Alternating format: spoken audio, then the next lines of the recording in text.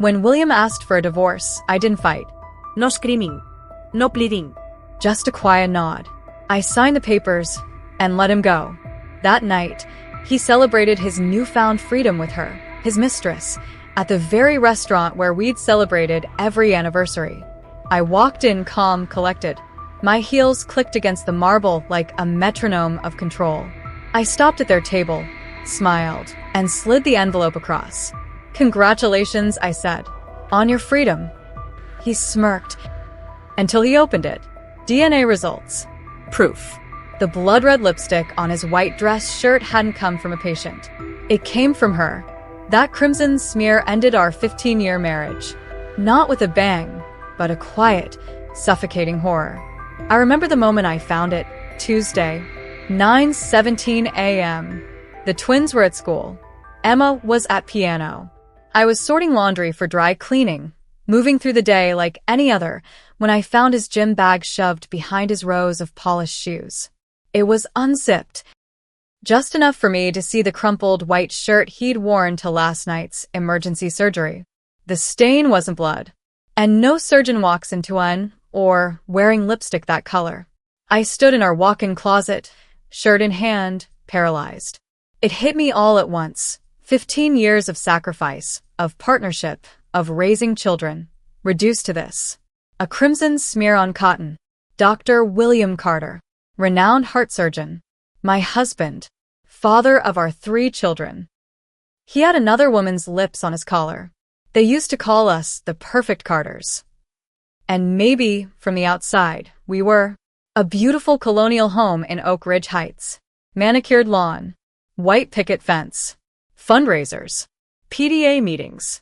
Elegant hospital galas where he'd stand beside me, arm around my waist, thanking me with that gleaming smile.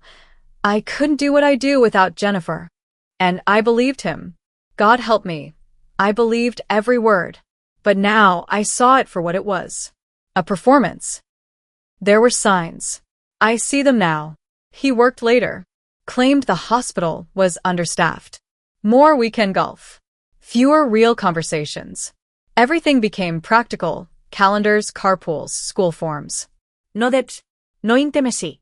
When he was promoted to chief of surgery last spring, I threw him a surprise party. He smiled for the crowd, then berated me that night for making him look unprofessional. Slept in the guest room. Said he was exhausted. I chalked it up to pressure. Told my sister he just needed space. Men in power often change, she warned. I waved it off. Blamed her bitterness. I tried harder. New lingerie. Scheduled date nights. Researched every magazine trick to keep the spark alive. He sat through them with the enthusiasm of a bored house guest, scrolling through his phone. One night, over dinner, I asked, "Are we okay?" He didn't even look up. "Just tired, Jen. Complicated case." Then he'd vanish into his office, whispering behind a closed door until midnight. I believed in trust. I believed in boundaries. I never checked his phone. That was something insecure women did. Not me. Not Jennifer Carter. The perfect wife. Until our 15th anniversary. I wanted to surprise him. A weekend in Napa. I needed to check his schedule. His phone was on the counter while he showered. One quick glance. That's all. A text popped up. Dr. Rebecca Harrington. Last night was amazing. I can still feel you. When are you leaving her? My hands trembled as I opened the thread. Dozens of texts. Then hundreds. 8 months worth. Photos. Plans made while I was driving Emma to piano, baking cupcakes for the twins class, running his dry cleaning. William. She's planning a big anniversary thing. Rebecca. Poor thing.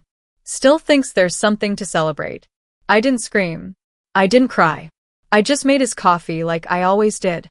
Kissed him goodbye.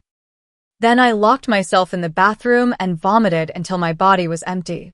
That night, once the kids were asleep, I asked him, calmly, "Are you sleeping with Rebecca Harrington?" He didn't even blink. Took off his watch. Set it on the nightstand. Yes. How long? Does it matter? His voice was cold. Unrecognizable. I want a divorce, Jennifer. He said it like he was ordering takeout. Calculated. Final. Why? I whispered. I've outgrown this life. He looked around our bedroom like it was a prison cell. I've given 15 years to this marriage. I'm 45. If I'm starting over, it has to be now. I stared at him, stunned. We built this life together. He laughed. Sharp. Pull. I save lives. What do you do, Jennifer? Bake cookies? Organize my sock drawer? He said it like my life, our life, was small, worthless. That night, he slept in the guest room. I lay in bed, staring at the ceiling, dissecting every year, every moment, wondering what had been real. At dawn, he left without a word. On the kitchen counter was a business card. His lawyer. That was the end of the illusion. The cracks had always been there. I'd just been too busy patching them to see the whole house was collapsing.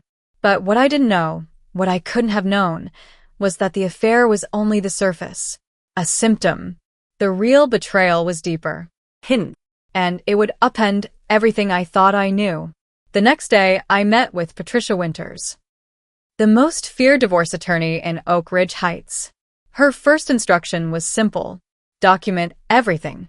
That night, after tucking the kids into bed and telling them Daddy was working late, I opened the home safe. 15 years of records, tax returns, bank statements, investments. And then I saw it. Withdrawals. $5,000 here. $7,500 there. Sometimes $10,000. Each transaction marked Riverside Holdings. Nearly $250,000 had vanished over 2 years. The next morning, I called the bank. Riverside Holdings was a limited liability company, registered in William's name. That's where the trail ended.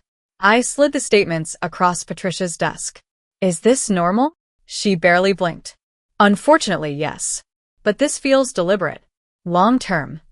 Then she mentioned a name. Dr. Nathan Brooks. Former colleague of your husband. Left the hospital under unusual circumstances. He might know something. I remembered Brooks. Quiet. Kind.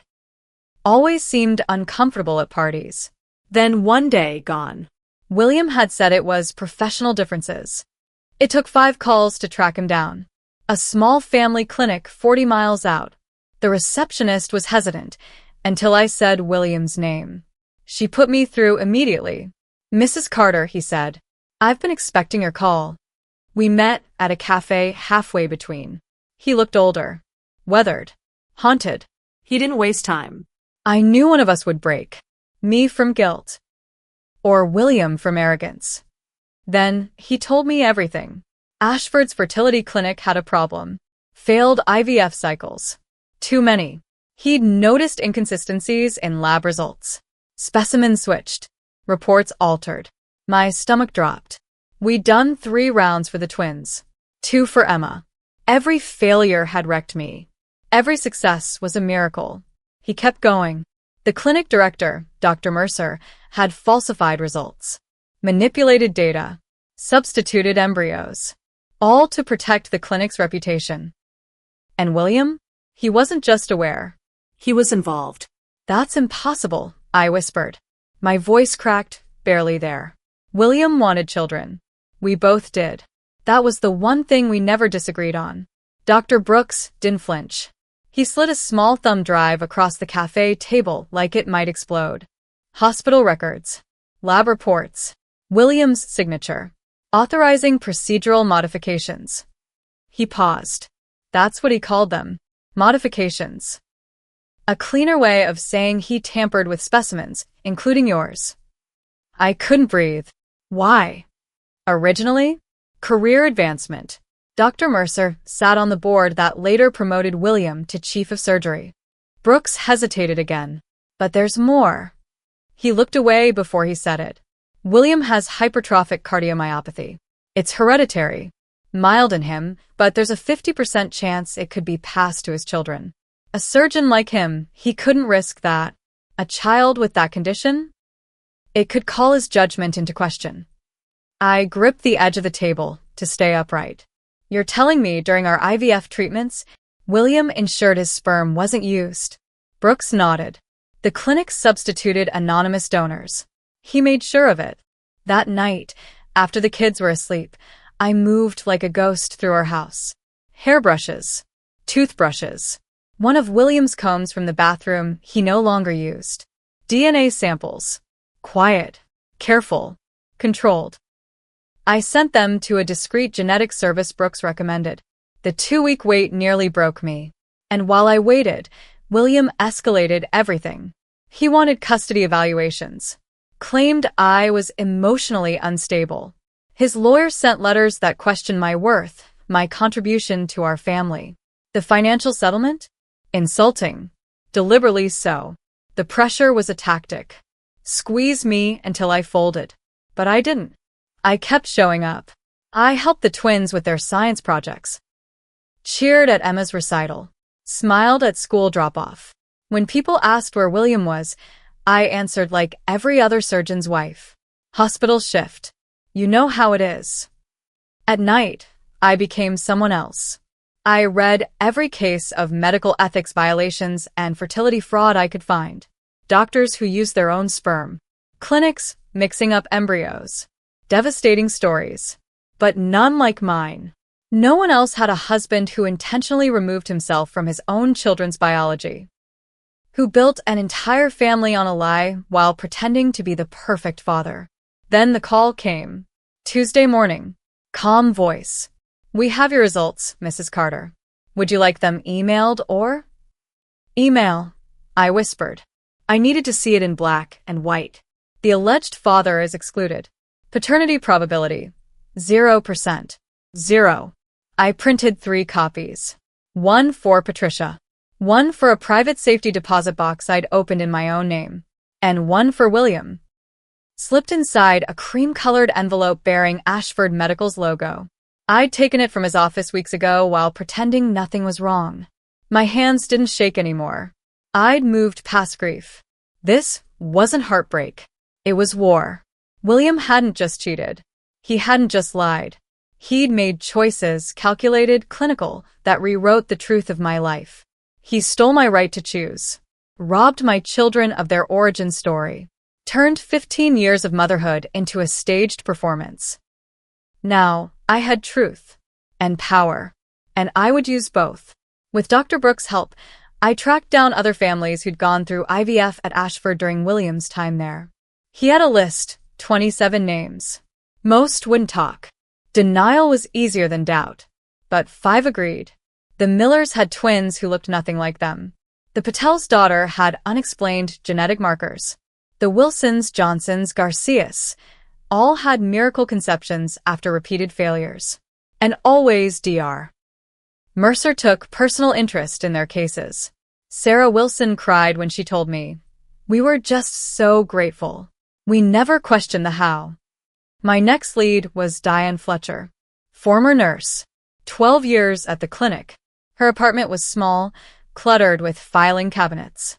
She poured tea with shaking hands. "I kept records," she said. Patient names. Procedural modifications. Signatures authorizing changes. They thought I burned it all when I left. "Why didn't you report them?" I asked. "I did," she said bitterly. "Hospital Admin Medical Ethics Board. Even the police. Every time the investigation disappeared. Your husband has powerful friends." She handed me a leather-bound journal. Meticulous handwriting. Dates. Protocol changes. William's signature, over and over. Authorizing specimen substitutions for genetic concerns. And then my name. A page marked with the dates of our IVF cycles. Specimen replacement authorized by Dr. Carter due to quality concerns. No donor ID recorded. I photographed everything. As I got up to leave, Diane slipped me a business card. "Ask for Agent Dawson," she said. "Tell him I sent you." Michael Dawson worked for a federal task force on healthcare fraud. He'd been investigating Ashford for over a year. "Your evidence is the breakthrough we've needed," he told me. "But we still need more. Financials, witness testimony, internal proof." I agreed. I'd give him everything. On the surface, I played the grieving wife. I smiled during mediations.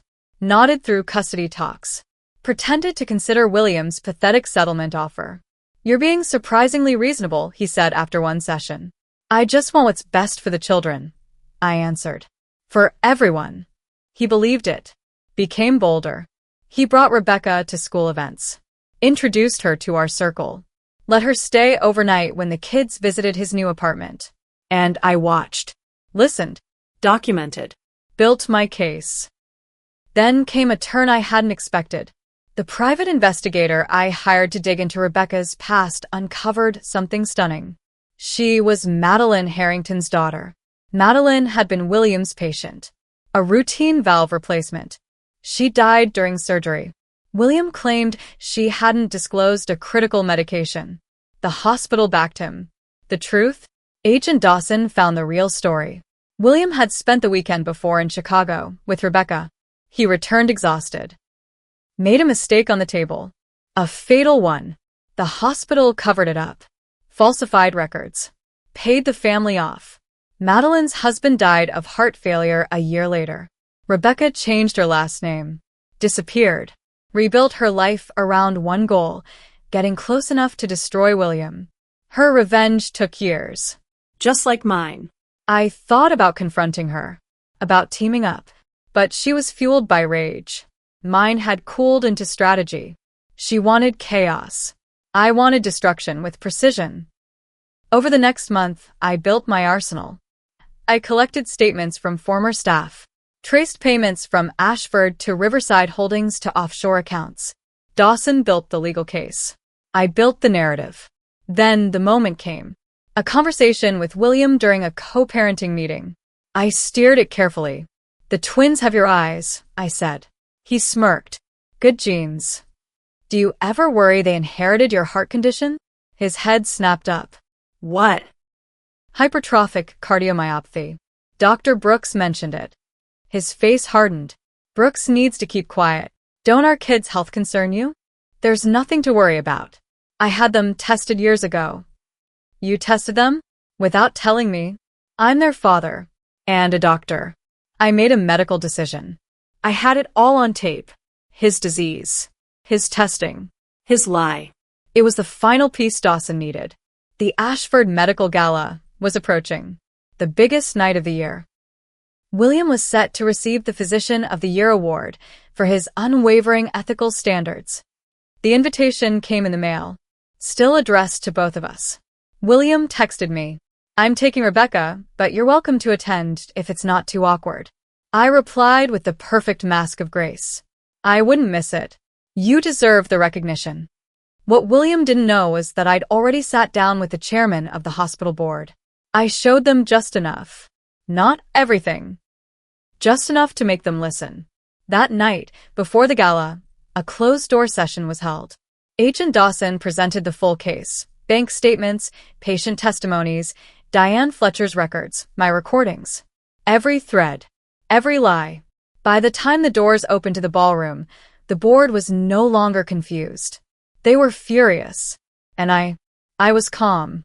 For the first time in months, I felt steady. Every piece of this moment had been arranged, right down to the black gown I wore. The same one Rebecca once mocked in a text to William. Suburban mom tries sophistication. I guess tonight I was going to prove her right. A ping lit up my phone. William had made a dinner reservation, Vincenzo's, our place, where he proposed. Rebecca would be joining him. Perfect. The DNA envelope was in my clutch. The authorities were in place. My mask was on. Tomorrow night, the truth would finally stand where the lie had ruled for 15 years. Storm clouds hovered above the city, but the rain held off. The sky hung heavy with tension, like it, too, was waiting for a signal. The Ashford Gala sparkled in the hotel ballroom. Crystal chandeliers, champagne flutes, polished men with expensive watches, women with practiced smiles. I walked in alone. The black gown caught the light.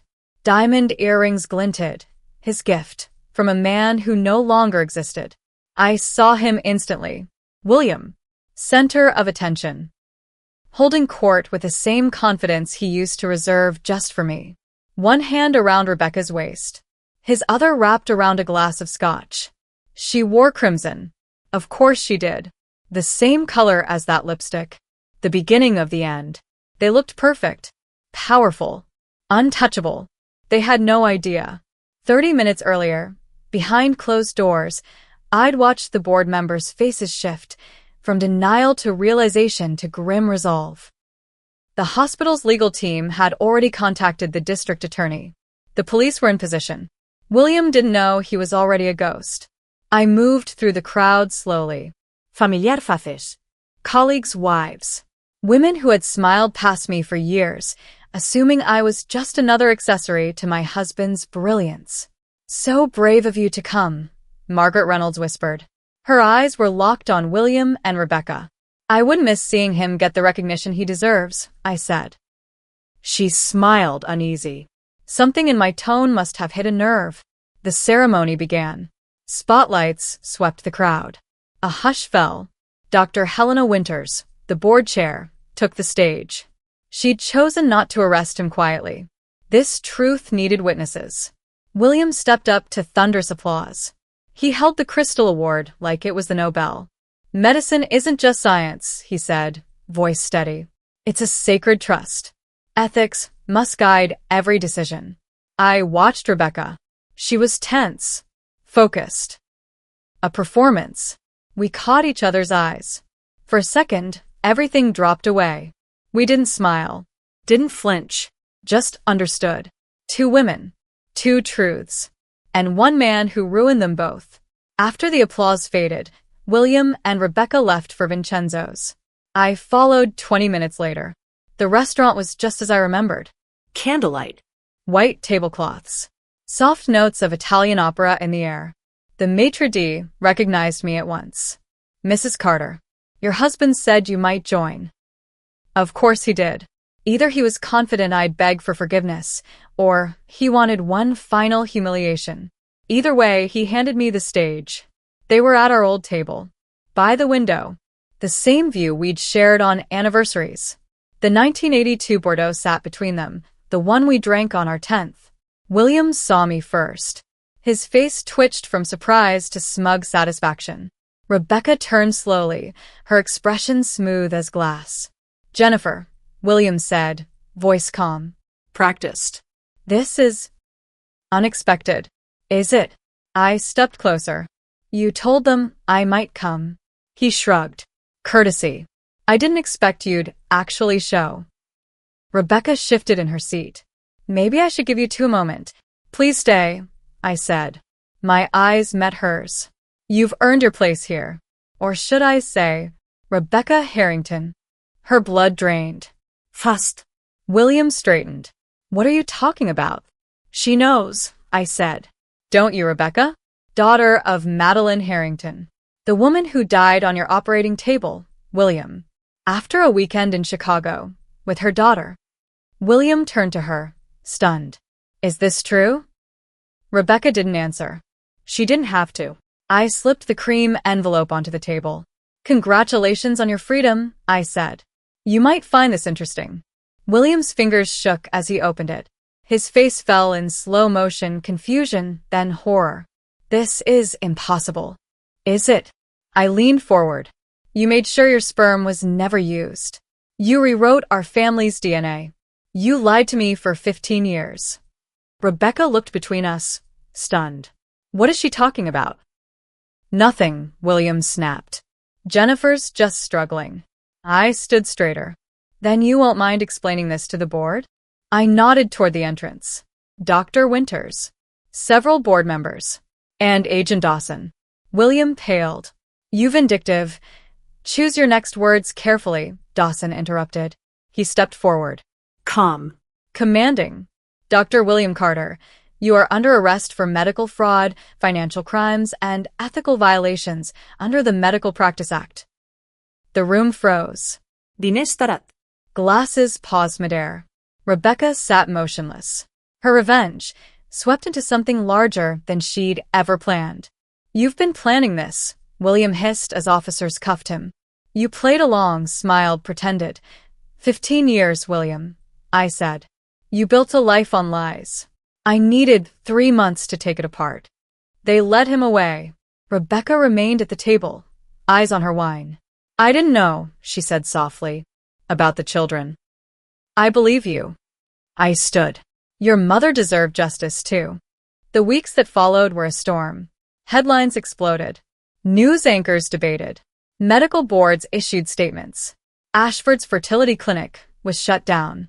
Dozens of families came forward. DNA, betrayal, lawsuits. William's assets were frozen. A court-appointed accountant tracked every dollar. My children's future was protected by a trust funded by what he tried to hide. His license was suspended. He awaited trial. Then one morning, Dr. Brooks called. Ashford is creating an ethics oversight committee. They asked me to lead it. Congratulations, I said, genuinely. Actually, I told them I'd co-chair. With you. I blinked. Me? Your perspective matters. Your voice matters. I didn't answer right away. For 15 years, I'd been Jennifer Carter, wife of the surgeon. Now, someone wanted me for more. 6 months later, I met Rebecca again. Different restaurant. Neutral ground. The court cases had bound us in strange ways. Two women once enemies, now linked by survival. Do you regret it? She asked. Exposing everything? I paused. They'll learn the truth one day, I said.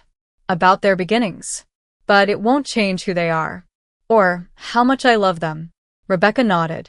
Their foundation was built on lies, I added. But I chose truth. No matter how hard it is. That night, I stood at the doorway of my children's rooms. Watched them sleep. Safe. Home. The house William tried to force us to sell was still ours. Ours. And I felt it. Not satisfaction. Not even victory. Liberation. The illusion of the perfect family was gone. But in its place, something real had taken root. This was no longer William's story. No longer the lie he wrote for me. This was mine now. Messy. Honest.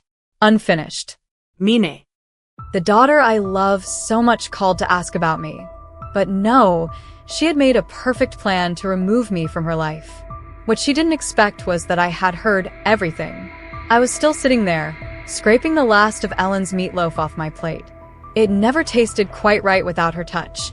Too dry, too quiet. The phone rang, and I smiled before I could stop myself. Caitlin. Dad, how are you holding up? Her voice, warm, familiar, wrapped around me like an old blanket. I sank into Ellen's recliner. The leather was soft and worn smooth from years of her reading the same book twice, just to feel less alone. Oh, you know me, sweetheart. Just finished dinner. About to catch the news. I didn't tell her it was 3-day-old leftovers. I didn't say I'd spent most of the night staring at Ellen's photo on the mantel, tracing her smile with my eyes like it might lead me back to her. Are you eating enough? You know you can order groceries online now, right? I showed you the app. I'm eating plenty. I cut in gently, then paused. Though I had a bit of a scare yesterday. Forgot to turn off the burner on the coffee pot. Good thing I smelled it from the living room. There was silence on the line. I pictured her frown. Ellen's frown, really. That little crease between her eyebrows she'd passed down like a warning sign. Dad, maybe we should talk about getting someone to check in on you more regularly. Jeremy thinks I've been Caitlin. Really? How's the business trip? Still in Phoenix? Yes, she said quickly. Conference ends tomorrow. Jeremy's been handling most of the client stuff. I've just been sitting through slide after slide about digital marketing. She gave a small laugh. It sounded hollow. We have dinner with some investors tonight, she added. I should probably get going. Of course. I love you. Love you too, Dad. Take care of yourself, okay? Click. Then a rustling. The kind of sound you hear when someone thinks the call is over. I reached to hang up. And that's when I heard it. Jeremy, you see how he's deteriorating? Caitlin. Her voice, so different now. Cold. Clinical. He forgot to turn off the stove. What if he burns the house down? I froze. It's time for a nursing home, Jeremy said, like it was just another line item on a spreadsheet. He's a burden and you know it. Your dad's a good man, but he can't live alone anymore. He's sitting on a gold mine, Caitlin replied. Almost $1 million easy. With Denver's market, we could get 900,000, maybe more. Exactly, Jeremy said. We sell the house, get him into something decent, not too pricey, and finally buy that place in Boulder. The one with the mountain view. Then she laughed. God help me, my daughter laughed. Jeremy, you should have seen him tonight, she said. So grateful just to hear from me. He has no idea. We need to strike while he still trusts us. The phone slipped from my hand and hit the floor. The hardwood shook beneath it, wood Ellen and I installed with our own hands, one plank at a time. Each board carried a memory. Each nail, a promise. I sat there in silence. Ellen's photo stared back at me. Her eyes said nothing and everything all at once. Was she warning me? Mourning with me? Or just bearing witness? The grandfather clock ticked in the hallway. Her anniversary gift to me, 15 years ago. Outside, the crickets sang in her garden. The one I still tended. The one she'd asked me to keep alive. Something in me turned cold. Heavy. They thought I was a burden. Confused. Helpless. They were already spending my money. Already planning their lives in my shadow. I was supposed to sit quietly while they erased me. But I wasn't dead yet. And I wasn't nearly as confused as they believed. I don't know how long I sat there. In the dark, Ellen's face glowing faintly from the silver frame. The house felt different now. Like the walls themselves had overheard the betrayal and were holding their breath.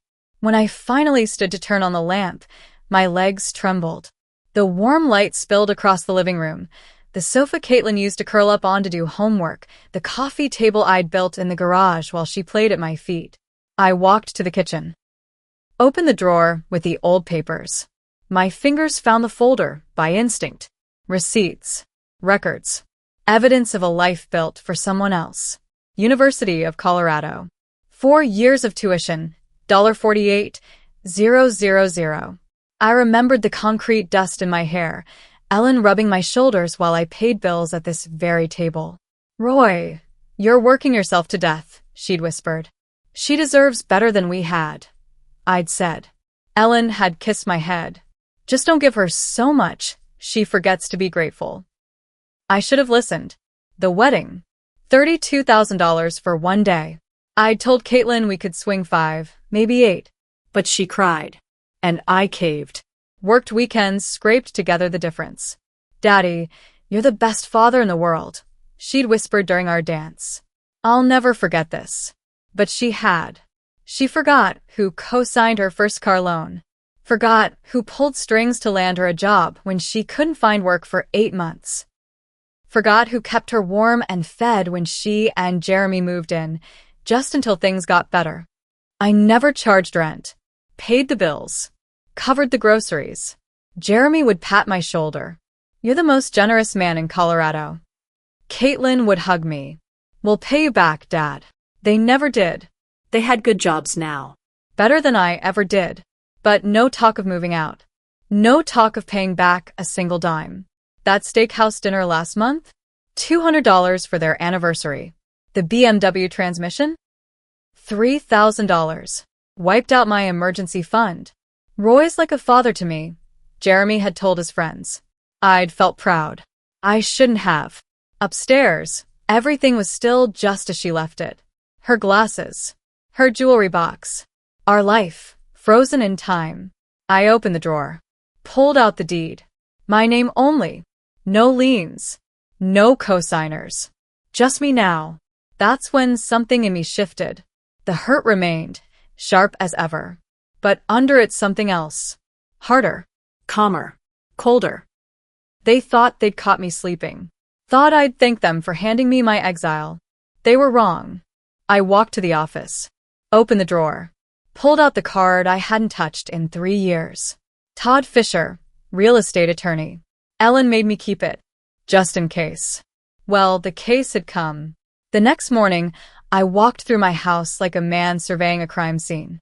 Only now I saw it through their eyes, square footage, resale value, open concept kitchen. I ran my hand along the granite countertop. The one I installed myself. Ellen picked the pattern. Veins of gold through gray stone.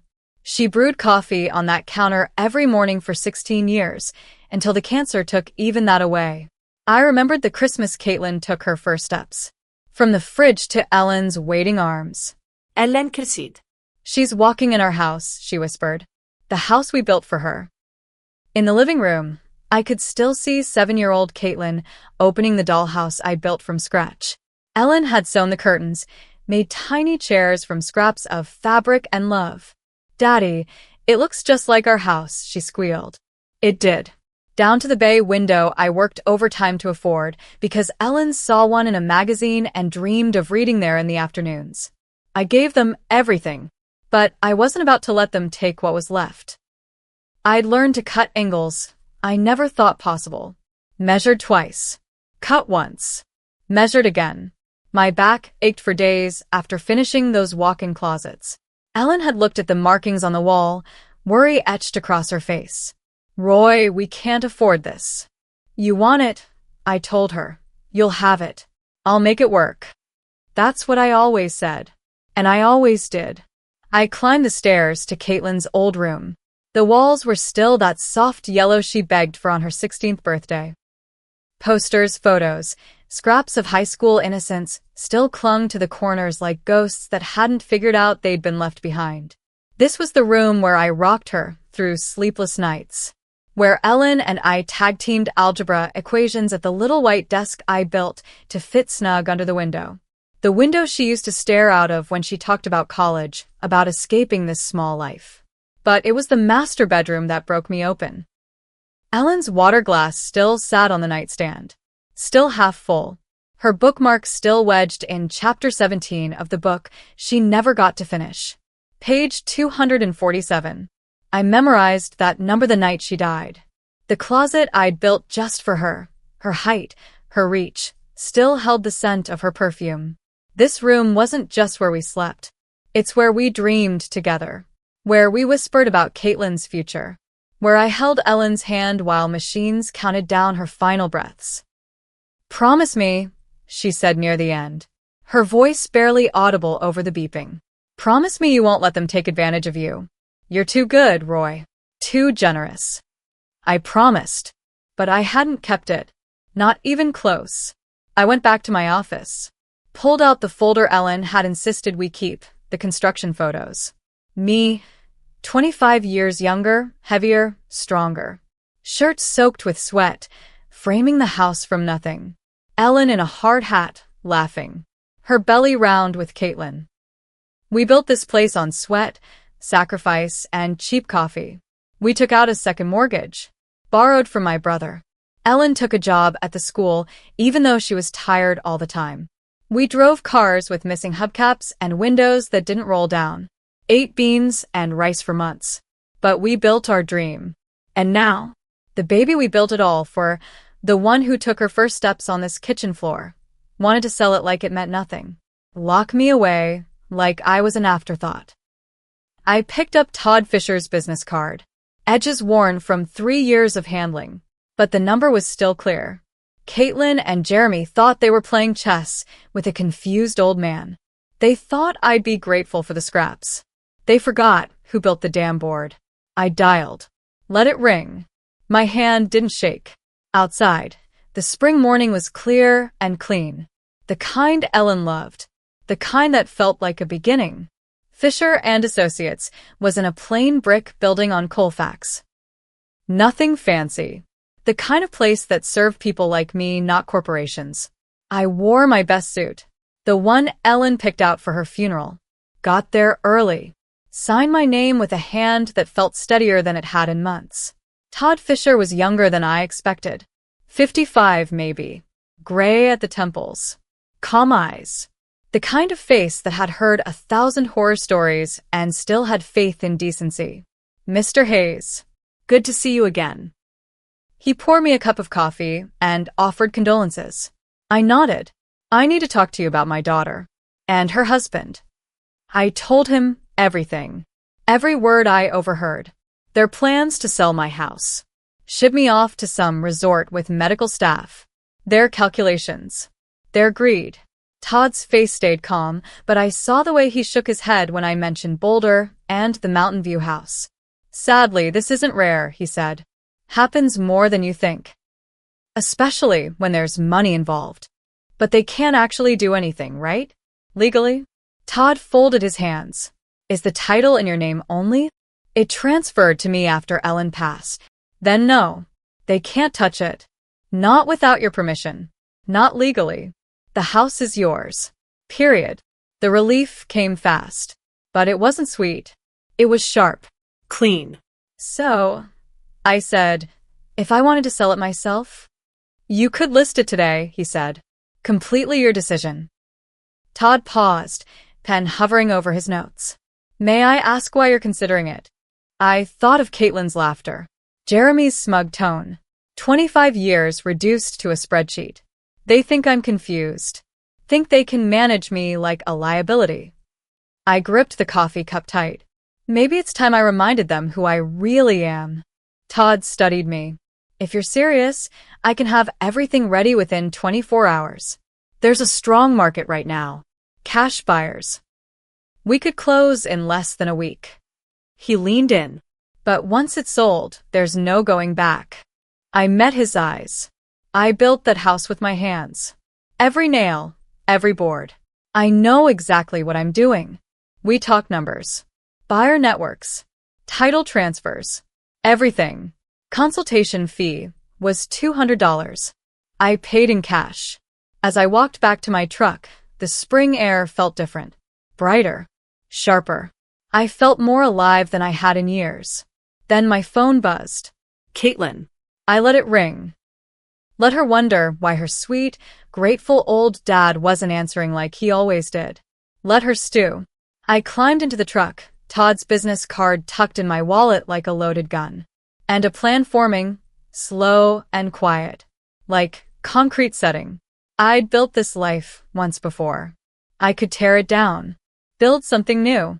When I pulled into my driveway, I felt something I hadn't in a long time. Power. The phone buzzed again. Through the kitchen window, I could see it lighting up the counter. Caitlin's name glowing like a warning. I poured myself a glass of water. Let it ring. On the 6th ring, I picked up. Dad. There you are. Her voice practically glittered with false concern. I was getting worried. Sorry, sweetheart. I was out running errands. How's Phoenix? Oh, you know, she said lightly. But listen, we have some exciting news. She paused. Dramatic. Practiced. We're planning a little vacation for you. My grip tightened on the phone. You deserve a break. Time to rest. Relax.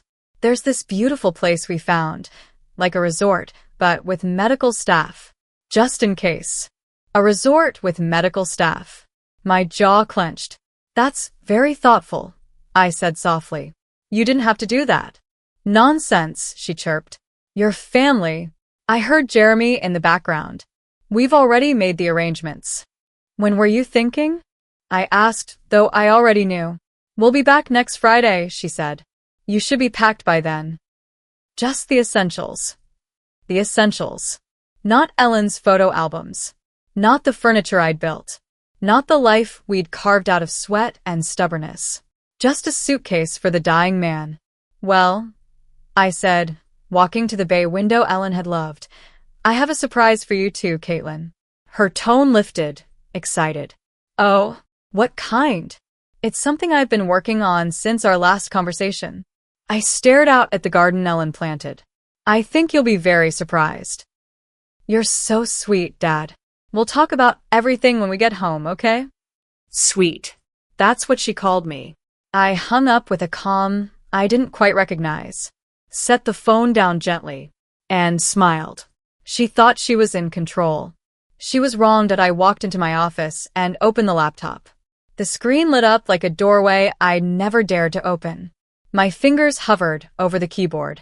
Then I typed, Real estate agents, Denver. Search results filled the screen like ammunition. I was finally ready to fire. 25 years as a construction engineer had trained me to be careful, precise. No impulse. Always measure, always double-check. Tonight, I'd use that same discipline for war. I clicked through profiles the way I used to compare steel suppliers. Analyzing, filtering, eliminating. Cherry Hills, University Hills, Highlands Ranch, neighborhoods where houses didn't sit for long. Caitlin and Jeremy already had this money spent in their minds. I'd heard it in their voices. A Mountain View life, paid for with my bones. But one name kept popping up. Brian Connor, 43, sharp resume, specialized in quick-turn sales. Average closing? 18 days. Testimonial after testimonial told the same story. Fast. Smooth. No complications. Brian sold our house in 6 days. Cash buyer within 48 hours. Professional. Relentless. Delivered. I stared at the number under his profile. This was the moment. No going back. No more pretending to be the sweet, quiet old man waiting for instructions. Ellen's photo on my desk seemed to look right through me. Roy, are you sure about this? Yes, sweetheart.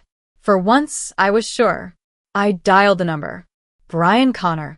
Connor Real Estate. How can I help you? My name is Roy Hayes, I said. I'm interested in selling my house. Quickly. How fast can that happen? Well, Mr. Hayes, he said, voice calm and clear. Depends on the property. But with the right fit? I've closed in 10 days with cash buyers. 10 days. My heart punched against my ribs. That fast. Absolutely. Denver's market's on fire right now, especially for well-kept homes in good neighborhoods. Can you tell me a little about yours? I looked around the kitchen. For the first time, not as a homeowner but as a seller. Built in '99. Cherry Creek. 2-story. 3,400 square feet. 3-bed, 2.5 bath. Everything's in excellent shape. Maintained it myself.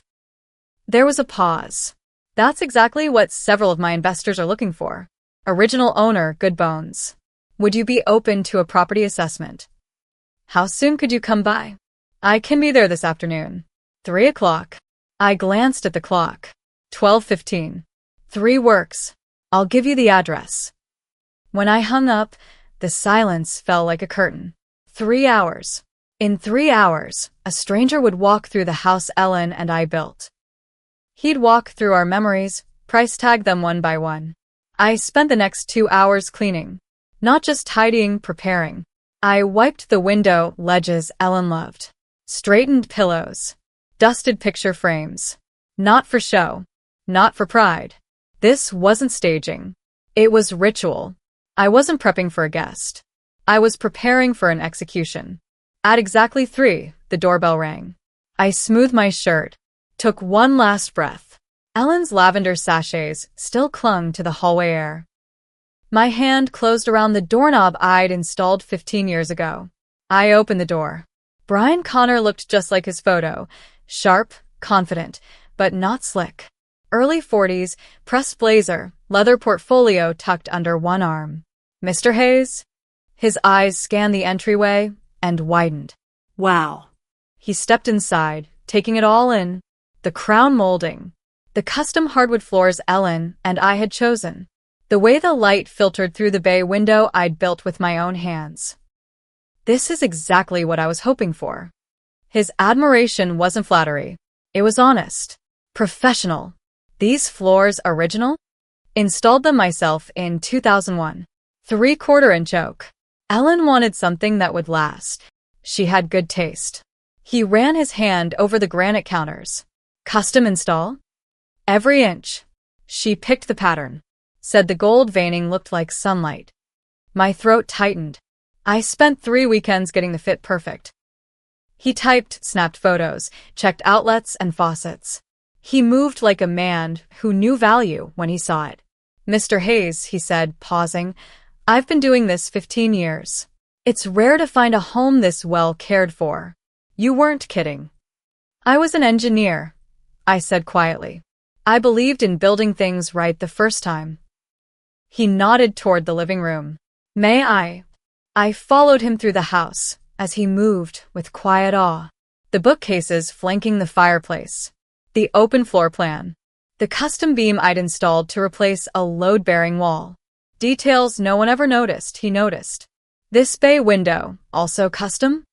Built it for Ellen, I said. She liked to read there in the afternoons.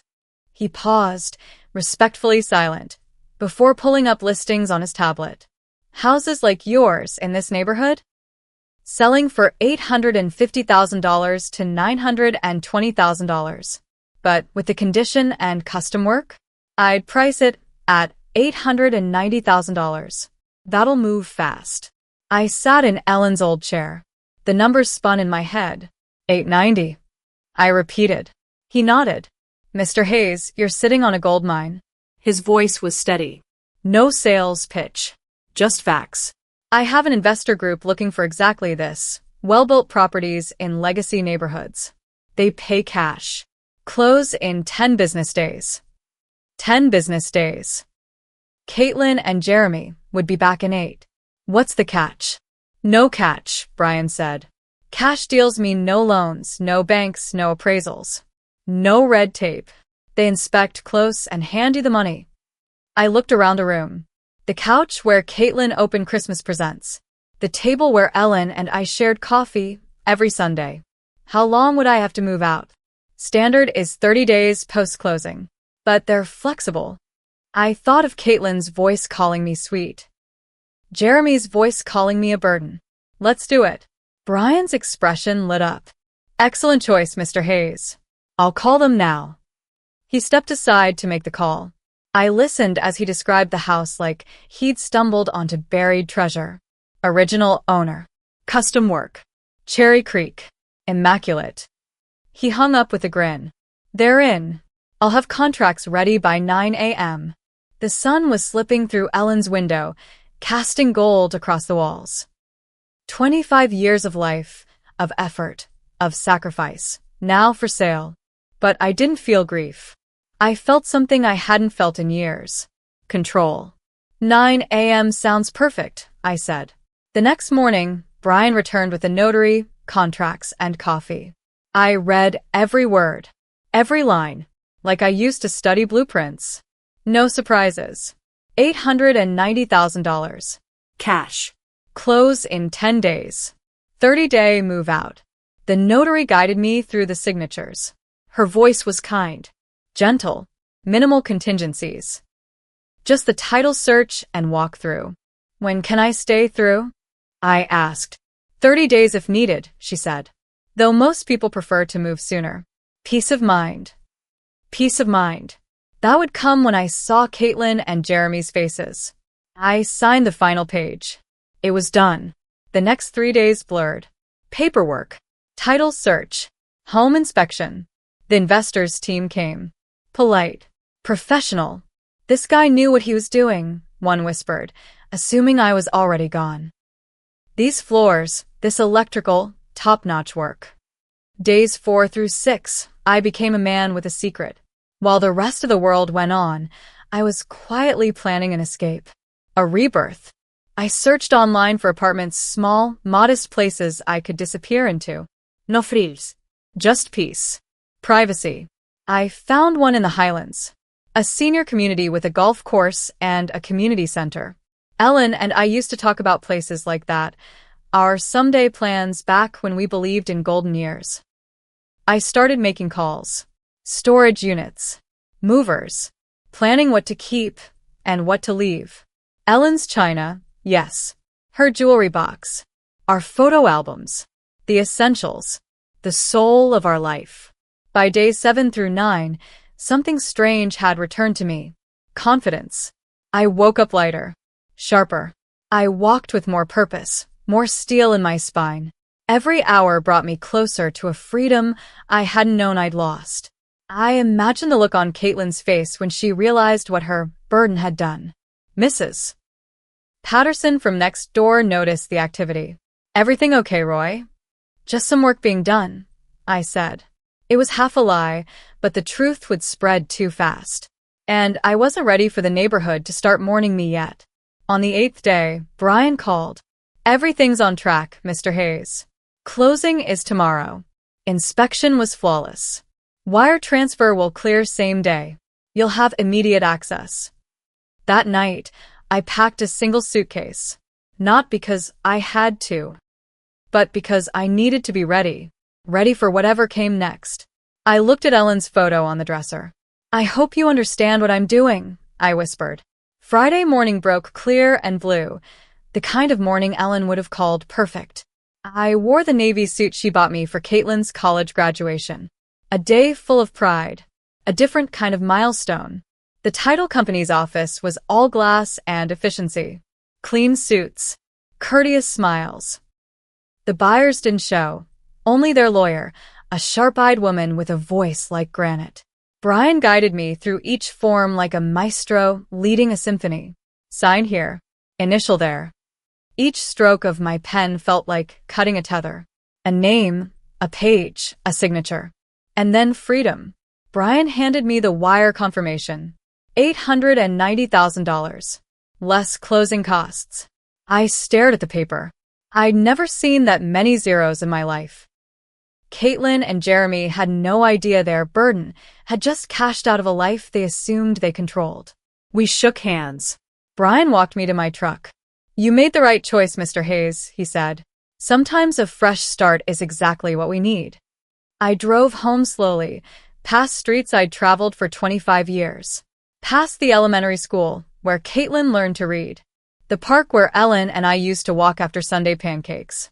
But this time, there was no nostalgia. Only liberation. I pulled into the driveway one last time.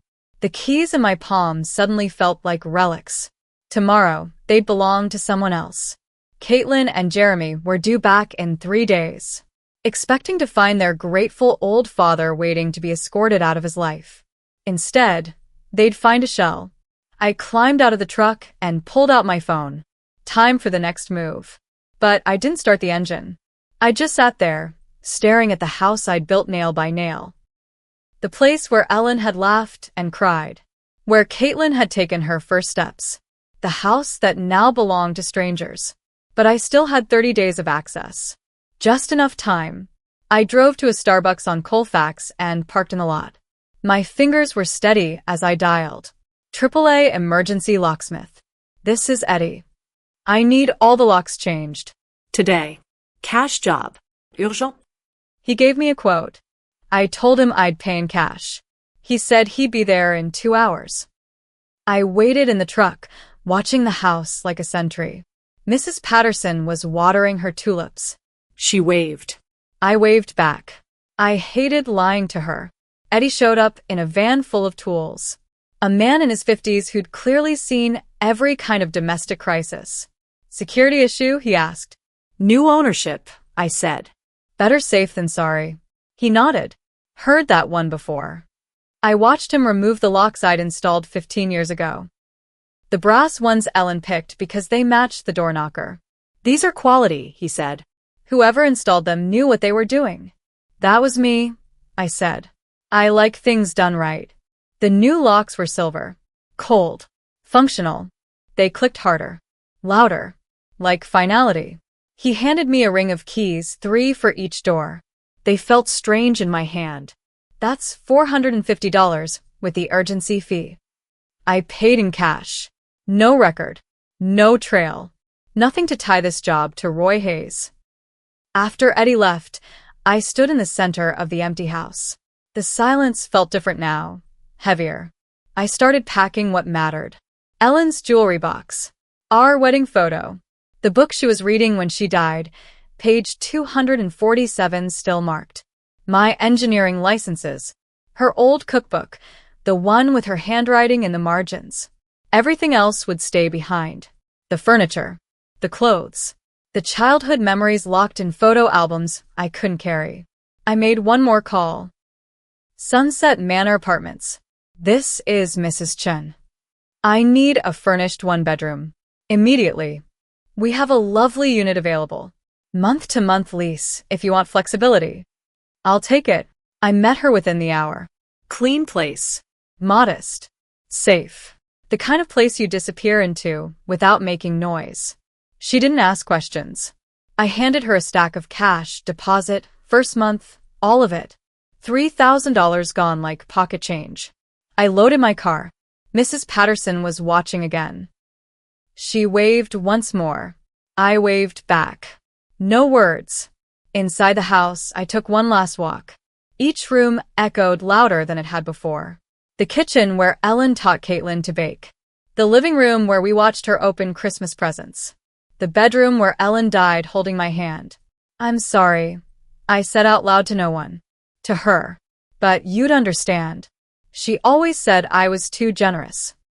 I locked the new doors and drove away from Maple Street, my rearview mirror filling with the life I was leaving behind. The sun was setting by the time I arrived at Sunset Manor. I carried my suitcase to the door, fumbled with unfamiliar keys. Inside, the apartment smelled like carpet cleaner and silence. I dropped my bag, set Ellen's photo on the nightstand. It looked out of place on fake wood furniture, but she had to be there. Somewhere. I sat down and reached for my phone. The final move needed one more call. I opened my laptop and started searching. Banks for large deposits. Private service. Discretion. Colorado Community Bank caught my eye. Smaller. Quiet. Personal. Colorado Community Bank. Private banking. "This is David Morrison." "Mr. Morrison, I'm Roy Hayes. I need to open a private account. Large deposit, around $890,000. There was a pause. "We'd be delighted to assist, Mr. Hayes. Is Monday at 9 a.m. convenient?" Perfect. The weekend stretched before me, unfamiliar and empty. I'd never lived anywhere but the home Ellen and I built. This new place felt like exile, but it was my exile, not theirs. Saturday morning, I unpacked slowly. Ellen's jewelry box on the dresser. Our wedding photo beside the bed. My plaques, my papers. Proof that I'd built something in this life. I went grocery shopping. Bought food for one. Easy meals. The kind Ellen would have rolled her eyes at. The young man at checkout smiled. "New around here?" "Just moved in," I said, starting fresh. Sunday, I found a coffee shop a few blocks away. Brews and Views. Cozy. Local. The kind of place where no one knew your story. The barista smiled. Purple hair. Sharp eyes. "You're new," she said. "Retired engineer," I replied. "Looking for a quiet life." She smiled. "Well, you found the right place. Everyone here keeps to themselves." Good. That was exactly what I needed. Saturday morning, I sat by the window with a fresh cup of coffee. People passed by on the sidewalk, walking dogs, pushing strollers, holding hands. Living the kind of normal Ellen and I used to cherish. But I didn't feel grief. I felt anticipation. Monday came. I put on my best suit, not the funeral one. The navy blue Ellen bought me for Caitlin's graduation. A day of pride, back when I thought I'd done something right. Colorado Community Bank was quiet, tidy. David Morrison, mid-40s, smooth, confident, greeted me with the warmth of a man used to handling life-changing amounts of money. "Mr. Hayes, what brings you to us?" "I just sold my house. I need a fresh start.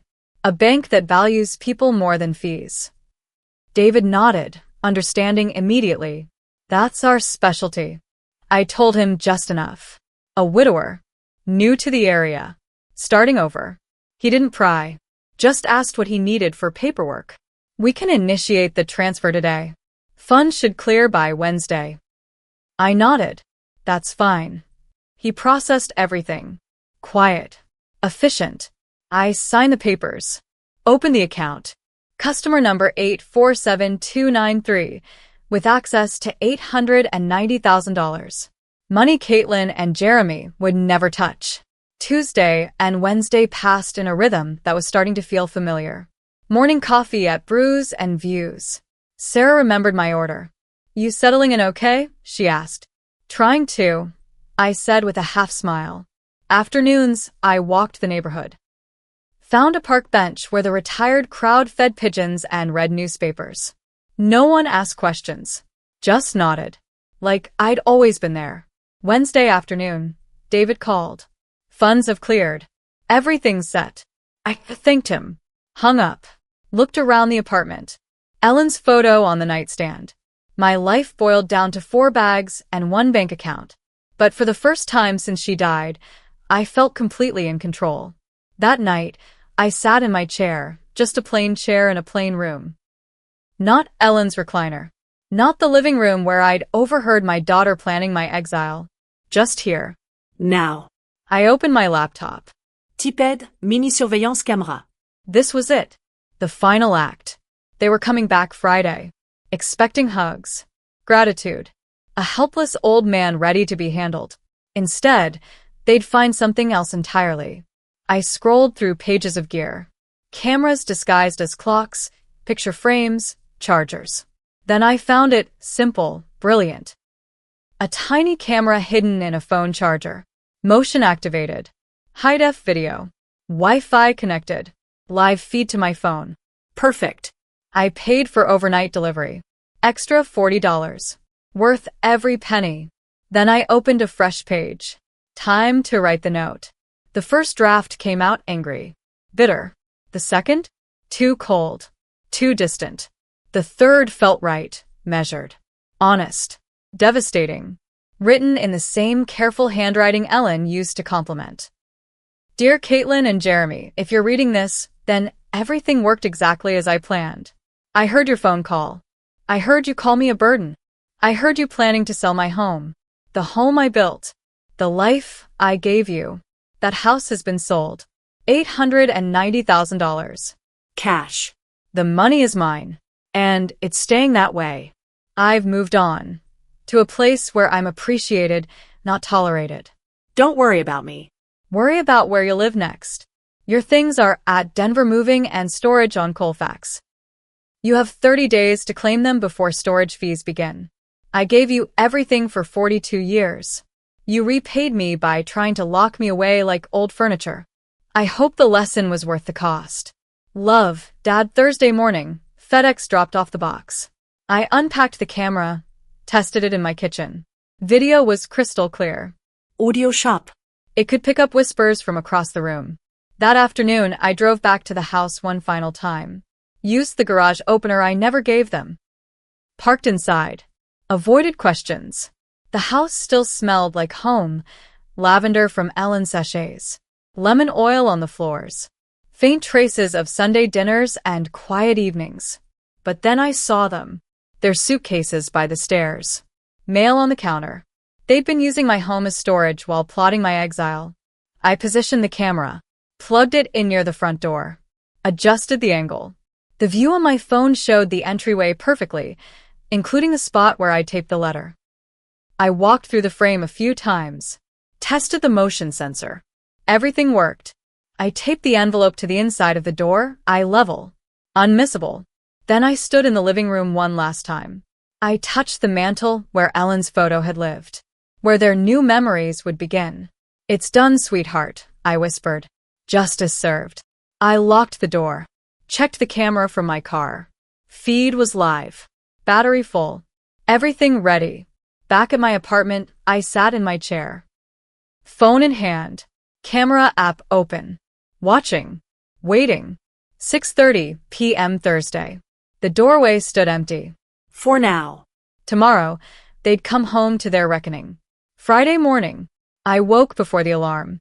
My coffee tasted stronger. Even a tiny apartment felt like freedom. I settled in my chair. Phone in hand. App open. By 4:30 p.m., I was on edge. I knew their routine. Caitlin always left Phoenix early. Jeremy drove the speed limit. No surprises. They'd arrive any minute. I glanced at Ellen's photo. You understand, don't you? They left me no choice. 5:15 p.m. My phone buzzed. Motion detected. There they were. Black SUV. Jeremy's. Caitlin stepped out first, stretching like she was returning to her castle. Jeremy pulled their bags from the trunk. They moved slowly. Casually. Like victors. Caitlin reached into her purse, pulled out her keys, slid one into the front door lock. It didn't turn. She frowned. Tried again. That's weird. Jeremy came up beside her. Calm at first. Let me try the back door. He disappeared around the side. Caitlin kept jiggling the lock, confused. 3 minutes later, Jeremy came back. Back door's locked too. Garage won't open. Someone changed the locks. What? No. That's impossible, Caitlin said, panic seeping into her voice. Dad doesn't even know a locksmith. Jeremy looked closer at the hardware. These are new locks. This isn't a mistake. Caitlin pulled out her phone. I'm calling Dad. I watched her dial my landline, the one I'd disconnected days ago. After a few rings, her face changed. Panic. Confusion. It's not even ringing. Not going to voicemail. Try his cell. He doesn't have one. Remember? Jeremy was scanning the windows now. There, one's open. I'll boost you. I watched as my daughter, dressed in her business suit, climbed through the kitchen window like a burglar. Seconds later, the front door opened. Jeremy entered with the bags. And then they saw it. The envelope. My handwriting. Caitlin reached for it. Her hands shook. She opened it. They read it together. First confusion. Then disbelief. Then horror. He sold the house? Caitlin's voice cracked. He sold it. For real. Jeremy snatched the paper, reading it again. His face twisted. That manipulative old bastard, he growled. He played us. Caitlin was crying now, mascara streaking, shoulders shaking. He kept the money, all of it. That was supposed to be our future. Jeremy looked at her. Cold. Distant. Your future, he snapped. Not mine. And just like that, the mask slipped. This is your father, Caitlin. You should have handled this better. Her voice cracked. My fault. She spun on him, fury in her eyes, years of buried resentment clawing their way to the surface. You're the one who said he was a burden. You're the one who pushed for the nursing home. Jeremy didn't flinch. Well, he was a burden. And now look at us. He threw his arms toward the walls that no longer belong to them. We're homeless. Our lease ends next week. We have nowhere to go. I watched from the screen, their argument echoing through what used to be my home. The irony was almost poetic. The two of them fighting over where they'd sleep, after planning to put me in a room with a call button and a stranger wiping my mouth. Call a lawyer, Caitlin said, desperate now. There has to be something we can do. He can't just sell the house without telling us. Jeremy laughed. Bitter. Cruel. With what money, Caitlin? In case you forgot, I lost my job 6 months ago. And your marketing salary barely covers the damn car payments. Caitlin's eyes went wide.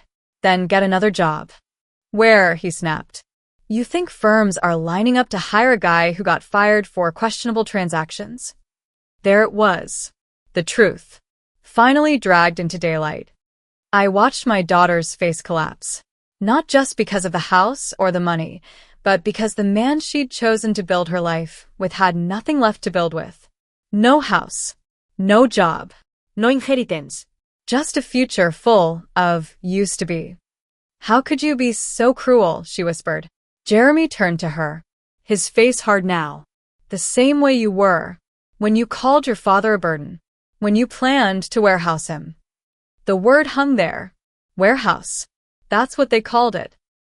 And they thought I'd never hear it. Jeremy dropped into the armchair I'd once prepared for Ellen. Caitlin sank into the sofa, hiding her face in her hands. My sofa. My chair. My home. For one more day. Then it would all be gone. They sat in silence, staring at the note, at the space where my photo used to rest. Jeremy looked like a man who'd just realized the king had outplayed him. I turned off the feed. I'd seen enough. I walked into my small kitchen, opened the cabinet, pulled out the bottle of Ellen's favorite wine, the one we'd been saving, a 2018 Bordeaux. We were waiting for a special occasion, one that never came. Until now. I poured a glass, held it up to her photo. To you, my love. Just as served. The wine was dry, smooth. It tasted like peace. They had learned the price of betrayal. They'd learned what happens when you bite the hand that built your life. My phone buzzed, an unknown number lighting up the screen. Probably Caitlin. Desperate to find another way in. I didn't read it. I deleted it.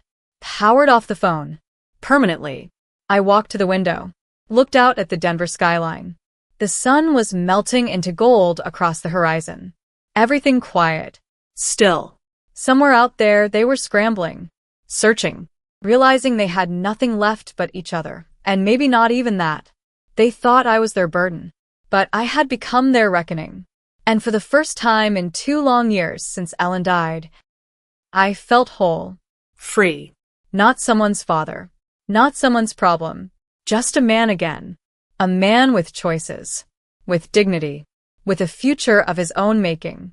Roy Hayes had walked out of the cage they tried to put him in. And he was never going back. When my son told me I wouldn't be welcome at his house for Christmas, I smiled like nothing had touched me. I walked calmly to my car, but inside, something split open. I made one call. By New Year's, their mortgage payments were gone, canceled.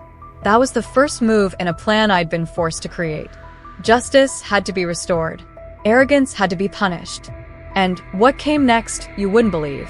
That night, I sat deeper into Michael's leather couch. The same couch I'd paid for, the one with the sage stuffing his mother once loved. She used to laugh, swearing it tasted better than her grandmother's. Her memory lived in that room. It hung heavy in the air, mixing with the scent of Isabella's expensive vanilla candles. Michael shifted uncomfortably beside me. His wedding band glinted under the lights of their 12-foot Christmas tree. His shoulders pulled inward, like a man preparing for a blow. Then the blow came. "Dad," he said quietly, "you won't be welcome here for Christmas." The words cracked through me like a hammer against glass.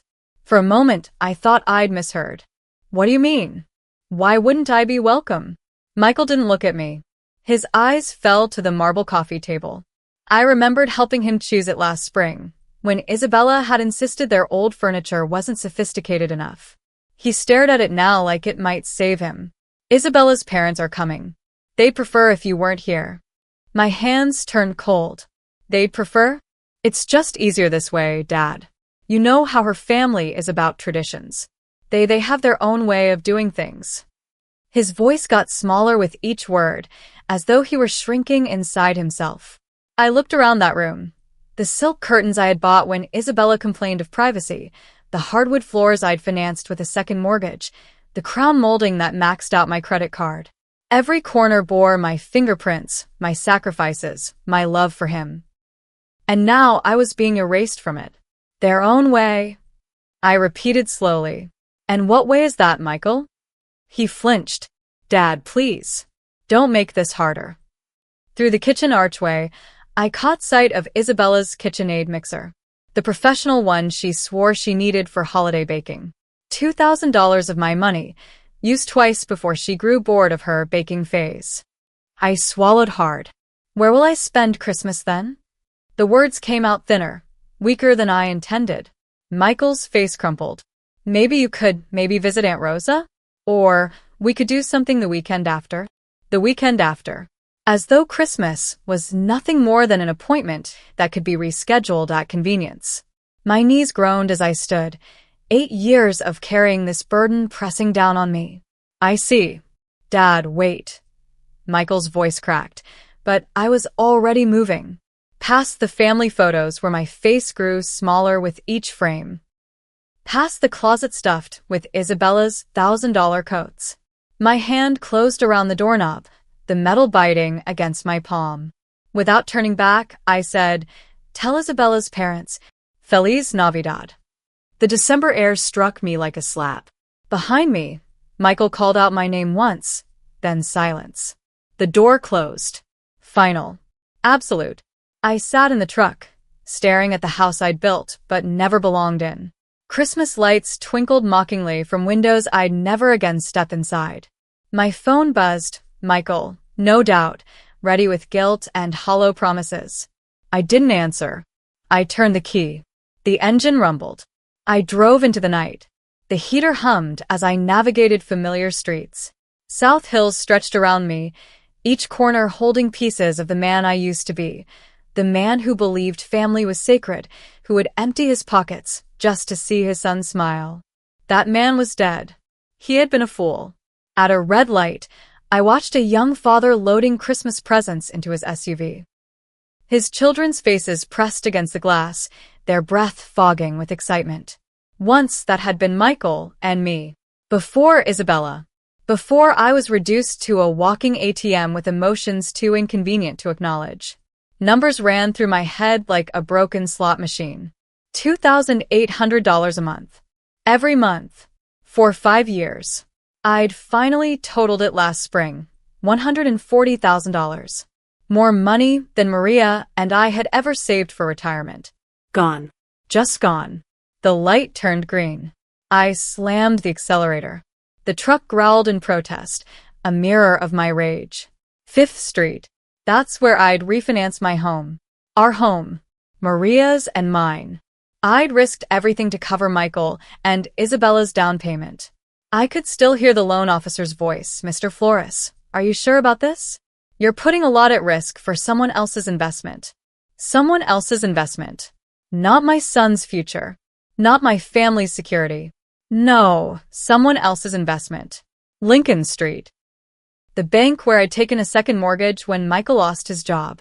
Just temporary, Dad. Just until I get back on my feet. Isabella had stood behind him, purse worth $700 draped on her arm, nodding with sympathy she didn't feel. She'd already done the math. She knew how much my desperation was worth. Nothing. Nothing at all. And why desperation meant nothing to them. Worthless. Disposable. I turned into my driveway, the cracked concrete greeting me like an old wound I'd never had the money to heal. Every spare dollar had been siphoned off into their manicured dream, a perfect suburban fantasy I had financed with the marrow of my bones. The porch light above me flickered, a tired reminder of one more repair I couldn't afford. Inside, silence. A house that once held Maria's laughter now carried nothing but echoes. The warmth of family gatherings had long evaporated, replaced by hollow air. My phone shrilled, sharp against the emptiness. Isabella's name lit the screen. I almost laughed. Perfect timing. 5 years of waiting for this moment. 5 years of swallowing her arrogance. Tonight, I'd give her what she deserved. I let it ring. Once. Twice. 3 times. On the 4th, I answered, just long enough to let her feel doubt creep in. Dennis. Her voice came sugar-coated, dripping with a kind of false sweetness she always used when she wanted something paid for. The water bill, the property taxes, the new couch. I heard about the little misunderstanding with Michael. Misunderstanding. I leaned against the counter, coat still on, keys dangling in my hand. I don't think there's any misunderstanding, Isabella. You made your position perfectly clear. Well, you have to see it from my parents' perspective. They're traditional people. They like a certain atmosphere for the holidays. A certain atmosphere, I repeated slowly. And what atmosphere is that? There was a pause. The sound of shopping bags rustling filtered through the line. She was probably on her way home from another spree funded by me. They're not used to your kind of cooking. All that spicy Mexican food. The loud music. And frankly, Dennis, my parents are educated people. They expect conversations about art, about literature, about the world. You know. Her words hit harder than fists. I had endured years of her contempt, swallowed every insult, kept my silence for Michael's sake. But this stripped something raw inside me. My kind of cooking? My voice stayed low, controlled, though my chest burned. You mean the food you ate every Sunday for 3 years when money was tight? The tamales you swore tasted like your grandmother's? That was different, she snapped. We were grateful then. But now, with my parents. Now, with your parents, you can't risk the Mexican peasant embarrassing you at your holiday table. The honey in her voice vanished. Don't be dramatic, Dennis. This isn't about race. It's about class. My father graduated summa cum laude from Washington State. My mother speaks 4 languages. They summer in the Hamptons. What exactly would you contribute to a dinner conversation? Stories about laying tile. Heat surged through me, but my voice stayed sharp as glass. I built a business from nothing. After your husband's grandfather died, I kept it alive. I've employed over 50 people. Paid more in taxes than your father made in his best year. Money isn't everything, Dennis. Breeding matters. Education matters. And frankly, Maria understood her place better than you ever have. The line went still. My blood iced over. She had crossed something sacred. What did you just say about my wife? I'm saying she blended in. She didn't make waves. She knew some spaces weren't meant for her. My grip on the phone tightened until my knuckles whitened. Maria, my Maria, had carried more grace in her little finger than Isabella's entire family line combined. Oh, please, she sneered. She was a house cleaner who got lucky. At least she had the good sense to keep quiet about it. Something broke inside me. My voice dropped to a tone I barely recognized. Cold. Final. Isabella. Listen carefully.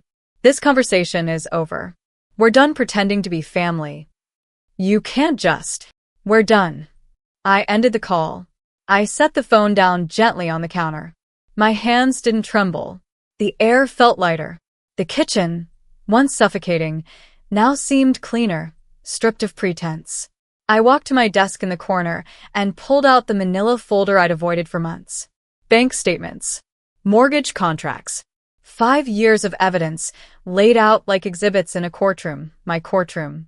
Page after page told the story of my servitude. $2,800. Every 15th of the month. Year after year, vanishing into their pockets. The first year, $33,600. The second, another $33,600. By the third, I had stopped buying myself clothes. By the fourth, I lived off discount groceries. By the fifth, I ate peanut butter sandwiches to stretch what was left. $143,400. Not including the down payment. Not including the utilities, the roof, the landscaping, the furniture Isabella had declared essential. I stared at the numbers until they blurred. Maria's life insurance. My retirement savings. The college fund we built for grandchildren I might never meet. All of it bled out into a house where I was no longer welcome. Enough. I picked up my phone again and scrolled until I found my bank's number. The automated system offered me options in English and Spanish. How thoughtful. How accommodating to people like me. A click. A voice. This is Jennifer with customer service. How can I help you today? I need to cancel an automatic transfer, I said. My voice didn't shake. It was steadier than it had been in years. Certainly, sir. I'll just need your account number and a few details for verification. Her voice was steady, professional. No judgment. No pity. Just business. She had no idea she was witnessing the end of something I'd been chained to for 5 long years. I rattled off the numbers, fingers drumming against the chipped edge of my counter. I listened to her typing in the background, efficient keystrokes, the sound of freedom being unlocked one digit at a time. I see the transfer you're referring to, Mr. Flores, she said. $2,800 monthly to Wells Fargo. Account ending in 7423. How long have you been making this transfer? My throat tightened. 5 years, I said. The words tasted bitter. Acid. And you'd like to cancel it effective immediately? I looked around my kitchen. The outdated stove. The walls with paint peeling like tired skin. The draft creeping through windows I couldn't afford to repair. My house had been crumbling while there shone like a palace. Yes, I said finally. Effective immediately. Done. The transfer has been canceled. Is there anything else I can help you with today? I let the silence sit. My heart beat steady for the first time in years. No, I said. One word, sharp and liberating. It tasted like freedom. That's everything. When I hung up, the house went still. The quiet wasn't heavy anymore. It was clean, like the air after a storm. Outside, the December night had settled over Spokane. I saw Christmas lights twinkling in windows, families gathering without conditions, without judgment, without shame. For the first time in 5 years, my own budget would breathe. For the first time since Maria's death, I could fix the porch light, buy decent food, maybe even plan a trip. Small luxuries I had denied myself for the sake of their perfect illusion. I gathered the papers, the bank statements, the mortgage documents, every page that told the story of my sacrifice. Then I struck a match, watched it catch, watched 5 years of humiliation curl black and crumble to ash in my fireplace. The flames danced against my face. I hadn't felt that kind of warmth in years. My phone buzzed on the counter. A message, Michael, maybe, with apologies rehearsed by Isabella. Or Isabella herself, already ready with a new demand. I didn't look. I poured myself a glass of whiskey instead, the good bottle I'd been saving for a special occasion that never came. Tonight was occasion enough. I raised the glass toward Maria's photo on the mantel, her smile caught in time. Raised it to the man I had been, the fool, and to the man I was becoming. "Merry Christmas to me," I whispered. And for once, I meant it. The next morning, light poured through my kitchen windows, gold and clean. The air felt sharp, alive. I nursed my second cup of coffee, savoring the taste of Colombian beans I'd finally allowed myself to buy. For the first time in years, I wasn't calculating how much money would vanish in 3 days. Freedom had a flavor. At 10:47, my phone rang. Isabella's name flashed across the screen like a warning label. "Dennis," she said, her tone already edged with irritation. "I need you to pick up my parents from Spokane Airport. Their flight from Portland lands at 2. I set my mug down slowly, watched the steam drift upward. "Did you forget our conversation yesterday?" "That," she dismissed with a scoff. "We need to focus on practical matters now. My parents need transportation, and you're the only one with time during the day." The audacity almost made me laugh. Less than 24 hours after casting me out of Christmas, she expected me to be their chauffeur. "And why?" I asked quietly. "Are you asking me?" "Because that's what family does, Dennis. They help each other." Her voice sharpened.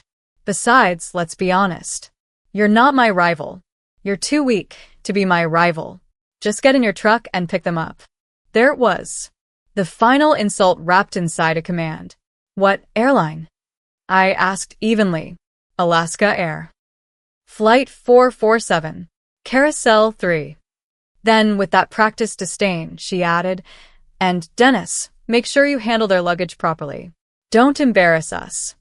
Her nails clicked against a granite countertop, the one I had paid for, when she decided laminate wasn't good enough. "Of course," I said calmly. "I'll take care of everything." Good. "And wear something decent. Maybe that blue shirt for Michael's graduation." They noticed details. The line went dead. Not even a thank you. I stared at the blank screen. 2 o'clock. Flight 447. Carousel 3. The clock above my sink read 10:52. Plenty of time. I poured another coffee, heaped in extra sugar, and unfolded yesterday's newspaper. The crossword waited, half-finished. 7 across. Delayed gratification. 12 letters. I smiled faintly. The answer would come. Eventually. At 2:15 p.m., I was nowhere near the airport. I was sunk into my favorite chair with a cup of Earl Grey, the Spokane Review spread open across my lap. The crossword was finished. Postponement. My phone buzzed. Isabella. I let it ring. Sunlight slanted across my living room, warming a space that had been lonely for years. Today, that silence felt earned. By 2:47, another buzz. A text this time. I glimpsed the preview. "Dad, where are you?" "My parents are." I turned the phone face down. Open the sports section. The Seahawks had lost again. Some things never changed. By 3:30, the phone had gone off 6 times. I had finished the paper, brewed another pot of tea, and moved on to organizing the junk drawer. Freedom. It was in the small acts. And God, it felt good. It's amazing what you discover you're capable of when you're no longer running yourself ragged, waiting hand and foot on people who see you as nothing more than their personal bellhop. The 7th call came at 3:45. Not Isabella this time. A different number. I didn't need a crystal ball to know who it was. Her parents, probably borrowing some stranger's phone at the airport. I let it ring. Outside, life carried on. My neighbor was stringing Christmas lights across his porch, his kids chasing each other with the kind of wild, sugar-fueled energy that only December afternoons bring. Normal families. Normal problems. Nobody stranded. Nobody waiting on me. By 4:15, the buzzing became relentless. Isabella. Then the mystery number. Then Isabella again. Over and over. The sound drilled through the quiet like a wasp trapped against glass. I'd had enough. I walked into the kitchen, yanked the landline cord straight from the wall, then turned my cell phone completely off. Silence fell. A silence so pure it almost hummed. I made myself a grilled cheese sandwich. Opened a can of tomato soup. Comfort food I hadn't let myself buy in months because every dollar had gone to underwriting someone else's fantasy life. The bread browned to a perfect crisp. The cheese melted golden. The soup steamed in my favorite mug, chipped but familiar. Outside, the winter sun sagged toward the horizon, dragging long shadows across my backyard. Somewhere across town, 3 entitled people stood in a parking garage, arguing about taxi fare, wondering how their driver could possibly have betrayed them. The thought made the soup taste even better. By 5 o'clock, I'd eaten dinner, loaded the dishwasher, and found myself savoring something foreign. The prospect of a whole evening with no interruptions, no begging calls for money, no guilt trips demanding last-minute rescues. I reached for the remote. Then it came. The pounding. Not a polite knock. Not a request. A hammering that rattled the frame, shook the pictures on the wall, and carried the raw energy of fury. I set my tea down. Walked to the door. Slowly. Already knowing exactly whose shadows I'd see waiting on the other side. The pounding grew louder, each blow more violent. Through the peephole, I saw 3 figures crammed onto my porch like wolves circling a wounded animal. I opened the door. Cody Jenkins' face was already red, veins pulsing. He didn't wait for permission. "What the hell is wrong with you?" he barked, shoving past me into the living room as though he owned it. We waited at that goddamn airport for over 3 hours. Catherine followed, hair disheveled, lips pressed into a blade-thin line of contempt. "This is completely unacceptable from someone your age, Dennis. Barbaric." And then Isabella. Designer coat wrinkled, makeup smudged, eyes wild with rage. "You humiliated us. Do you even realize what you've done? My parents had to pay $40 for a taxi because you decided to. Get out of my house." The words cut through their shouting like glass shattering on tile. Cold. Sharp. Final. They froze. Stunned. "Excuse me?" Cody stammered, his face deepening from red to purple. "You don't make demands here," I said quietly. My voice carried steel I hadn't heard in years. "Not anymore. This is my house, and I want you out. Now." Catherine stepped forward, voice dripping condescension, sharpened over decades of looking down at men like me. "Dennis, you don't understand the magnitude of your mistake. My husband has connections, business connections, social connections. You can't treat people like us this way and expect." "This is a lesson," I said, cutting her off, locking eyes with her. "A lesson in arrogance, in cruelty, in what happens when you treat people like dirt beneath your shoes." Isabella's mouth fell open. "A lesson? Who the hell do you think you are to teach anyone anything? You're nothing. I'm someone who finally stopped being your personal bank account, your driver, your doormat." I stepped aside, held the door wide. "Lesson's over. You can leave." Cody jabbed a finger toward my chest. "Didn't dare touch me." "You have no idea who you're messing with, old man. I've been in this town longer than you've been alive. I know people. Important people. People who can make your life very, very difficult." "Is that a threat, Mr. Jenkins?" "It's a promise." His voice dropped to a menacing growl. "You think abandoning elderly people at an airport is something you can just do? No consecuencias? You're about to learn how wrong you are." Catherine nodded, her smile sharp as broken glass. "Indeed. Actions have consequences, Dennis. And yours will be very public." Isabella tugged at her father's arm. "Daddy, let's go." This pathetic old man isn't worth our time. They filed out, but Cody turned at the threshold. His eyes burned into me. You'll regret this. I guarantee it. I closed the door, turned the deadbolt with a click that felt like victory. Through the window, I watched them pile into their rental car, arguing with each other as they disappeared into the December dark. My house felt cleaner the moment they were gone, but their words lingered. Public consequences. Important people. Connections. I went back to my chair, sipped my tea. For the first time in this whole war, I felt something new. Not fear. Not even anger. Anticipation. 3 mornings later, coffee in hand, I opened the spoken review. And there it was. Page 3. My own face staring back at me. Spoken businessman abandons elderly couple at airport during holiday storm. My hands froze on the mug. It was an old photo, pulled from my company website, 5 years outdated. But the story beneath it, fresh venom. Cody and Catherine Jenkins stranded for over 4 hours. Frigid temperatures. Winter storm warnings. A fabricated blizzard out of Cody's imagination. We couldn't believe someone would abandon us like that, Cody was quoted. We called repeatedly. No answer. We were forced into an expensive taxi.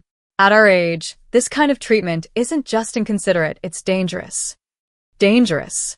The article painted me as a cruel old man unraveling at the seams. No mention of the Christmas rejection. No mention of 5 years of financial bleeding.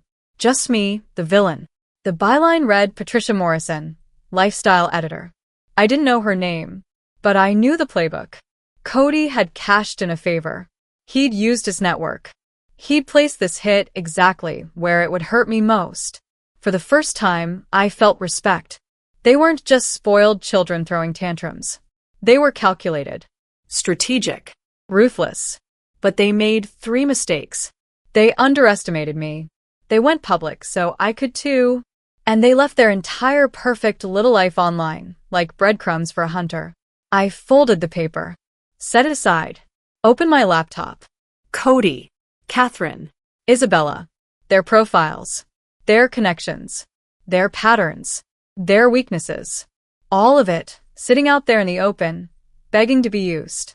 If they wanted war, I'd show them what war looked like. December 18th. 7 days until Christmas. 7 days to end this game. For the next 3 days, I lived in a different world. Not Dennis, the washed-up father. Not the man who let his family walk all over him. I was Dennis Flores. Businessman. Strategist. Builder. Fighter. My laptop became my war table. Browser tabs lined up like cards in a high-stakes game. Cody Jenkins. Retired banker. Country club member. A treasurer of the Business Leaders Association. A man with a reputation to lose. Catherine. Queen of curated Instagram perfection. Charity luncheons. Wine tastings. Posing by the lake in Coeur d'Alene. Hashtags like #BlessLife. The envy of her circle. A carefully constructed facade. Isabella. Facebook bragging about the home I paid for, the granite countertops I funded, the dinners I financed. So excited to host Christmas, she'd written. Our home. Our success. My money. But it was Michael's LinkedIn that tied it all together. A new connection. Patricia Morrison. The same editor who'd written the hit piece. There it was. The weak seam in their armor. They thought they were playing chess. But I'd been playing chess my whole damn life. And I wasn't about to lose 0.3 names. That was all it took. 3 quiet threads tying Cody to Patricia's editor. The article hadn't fallen from the sky. It had been planted, watered, Cultivated. a cheap hit job dressed up as journalism. Amateur work. Sloppy. Predictable. I opened a fresh document. Not to defend myself. Not to argue. Something better. A timeline. Cold. Factual. Unforgiving. 5 years of bank statements. Canceled checks. Receipts still carrying the ink of my sacrifices. The numbers didn't lie. $47,000 from my home equity loan, money that should have fixed my roof, but instead bought their dream house. $18,000 on a kitchen renovation because Isabella decided granite countertops were non-negotiable. And then the steady drip, drip, drip of my life bleeding away, 60 monthly transfers. $2,800 each. $168,000. $250,000. More than I'd spent on myself in a decade. More than Maria and I ever allowed ourselves when she was alive. My phone buzzed. A number I didn't recognize. Probably Isabella trying a new disguise. I didn't look. I didn't care. My hands stayed on the keyboard. The anger kept me steady. By nightfall, I had it all. A manila folder thick enough to choke a horse. Bank records, receipts, screenshots of their social media brags, posts showing off vacations, jewelry, expensive Christmas decorations, all funded by me. On top, the newspaper article. My red ink notes bled through the margins like wounds. Lie. Distortion. Missing context. I glanced at the calendar. December 24th circled in red. Not for Christmas. For justice. Isabella's Facebook said they were hosting Christmas dinner for 12. Perfect. The exact 12 who mattered most to them. The exact 12 who deserved to see what success really looked like when you stripped away the lies. I closed my laptop. Went to the kitchen. Pulled out my old camera, the one I used on job sites. Tonight, it would capture a different kind of construction, the dismantling of a false empire. Christmas Eve dawned gray and cold. Spokane in full winter stillness. Families huddled together in warmth. I had no invitation, no place at any table. But I had something else. A plan. I laid everything out like a trial lawyer. Statements in order, receipts highlighted, photos printed on glossy paper. 12 copies of each. The newspaper article sat on top, my red notes underlined, arrows pointing at every deception. By noon, my dining table looked like a war room. And in a way it was. I shaved. Pressed my best suit. The navy one I wore to Maria's funeral. It felt right. Funerals were about endings. Tonight, I was burying the man who spent 5 years as their servant. At 6:30 p.m., I loaded the briefcase, the weight of it pulling on my arm like a weapon. Their street glowed with holiday lights. Cars jammed the driveway, laughter spilling through the frosted windows.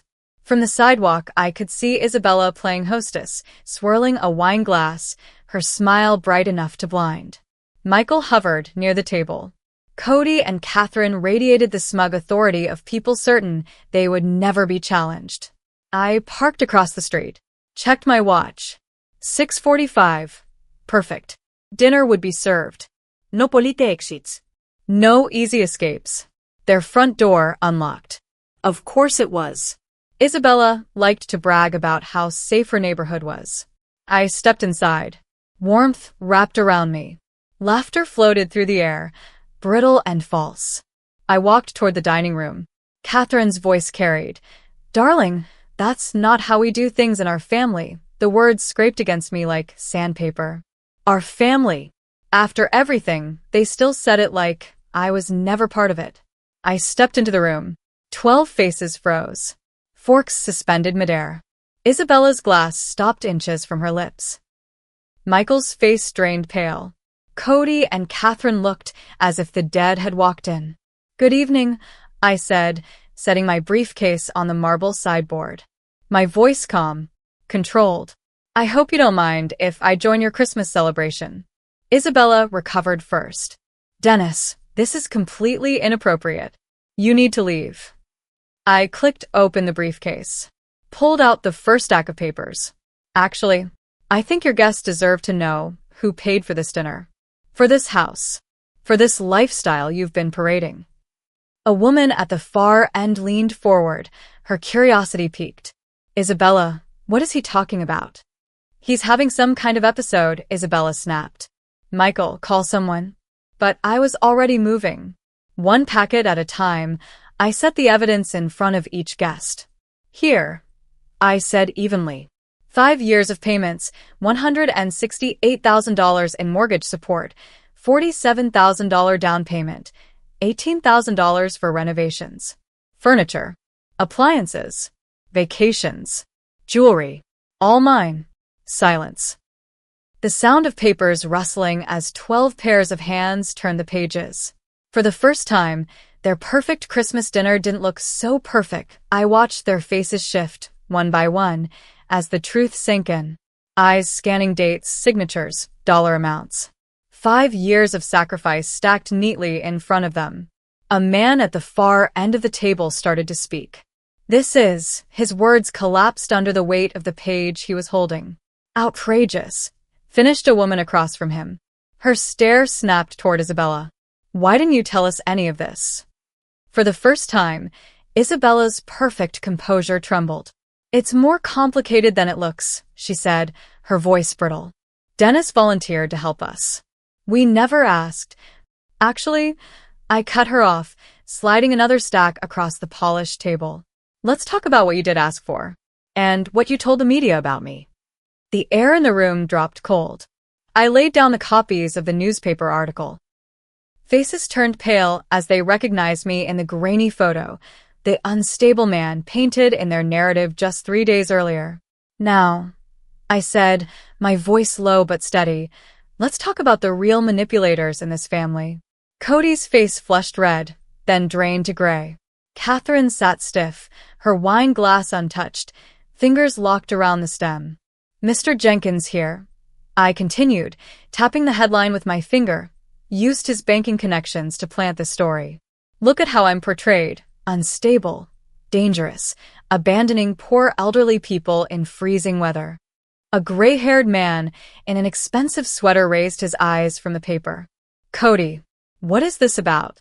The weather, I said before Cody could lie, was 52 degrees and sunny. And they weren't stranded tourists. They were Isabella's parents. Parents I was expected to pick up from the airport after being told I wasn't worthy of sitting at their Christmas table. Catherine's lips parted. That's not. We never said. You never said what, Catherine? I pulled my phone from my pocket, swiping to screenshots. That I was too low class? That my Mexican cooking and working class conversations would embarrass you in front of your educated friends.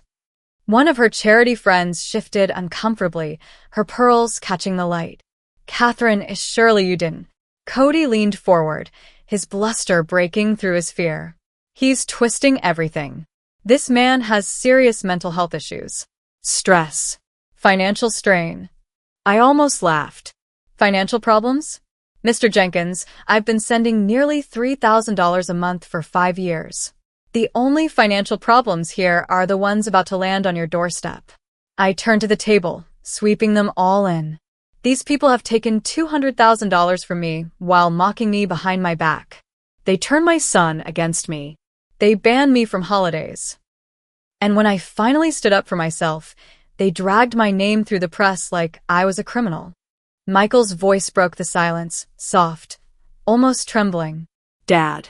I didn't know about the article. Your wife knew, I said, quieter now but with steel. And her parents made sure it happened. They needed me silenced. They needed their ATM obedient. The room shifted like the ground itself had cracked. Eyes darted. Guests exchanged glances heavy with judgment, confusion, dawning clarity. Their host's empire was crumbling in real time. This is unconscionable, said an older woman in pearls, staring down at the highlighted statements. Her voice shook with fury. Cody, how could you let your daughter take advantage of this man's generosity and then attack him when he stopped? Cody tried to salvage the wreckage. You don't understand the full situation. I understand perfectly. The woman cut him off. This man supported your family while you treated him like a servant. And when he finally said no, you tried to destroy him. Catherine's words came strangled. He abandoned us at the airport. After you told me I wasn't welcome at Christmas dinner, I replied evenly. After 5 years of paying your bills while you whispered that my bloodline and my education weren't enough for you. The silence that followed was suffocating. 12 people staring at Cody, Catherine, Isabella, faces twisted with disgust, embarrassment, betrayal. Isabella tried one last desperate maneuver. Everyone, please. This is a family matter. It's gotten out of hand. No, my voice cut through her plea. This stopped being a family matter when you dragged it into the newspaper.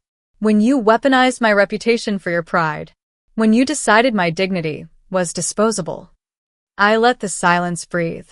12 strangers now knew who I was. They knew the truth. And that was enough. I wanted you all to hear this from me. Because you will read about Dennis Flores again. But next time it'll be the real story.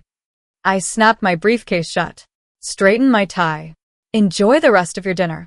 It's the last one I'll be paying for. I walked out as the storm erupted behind me. Voices rose in accusation.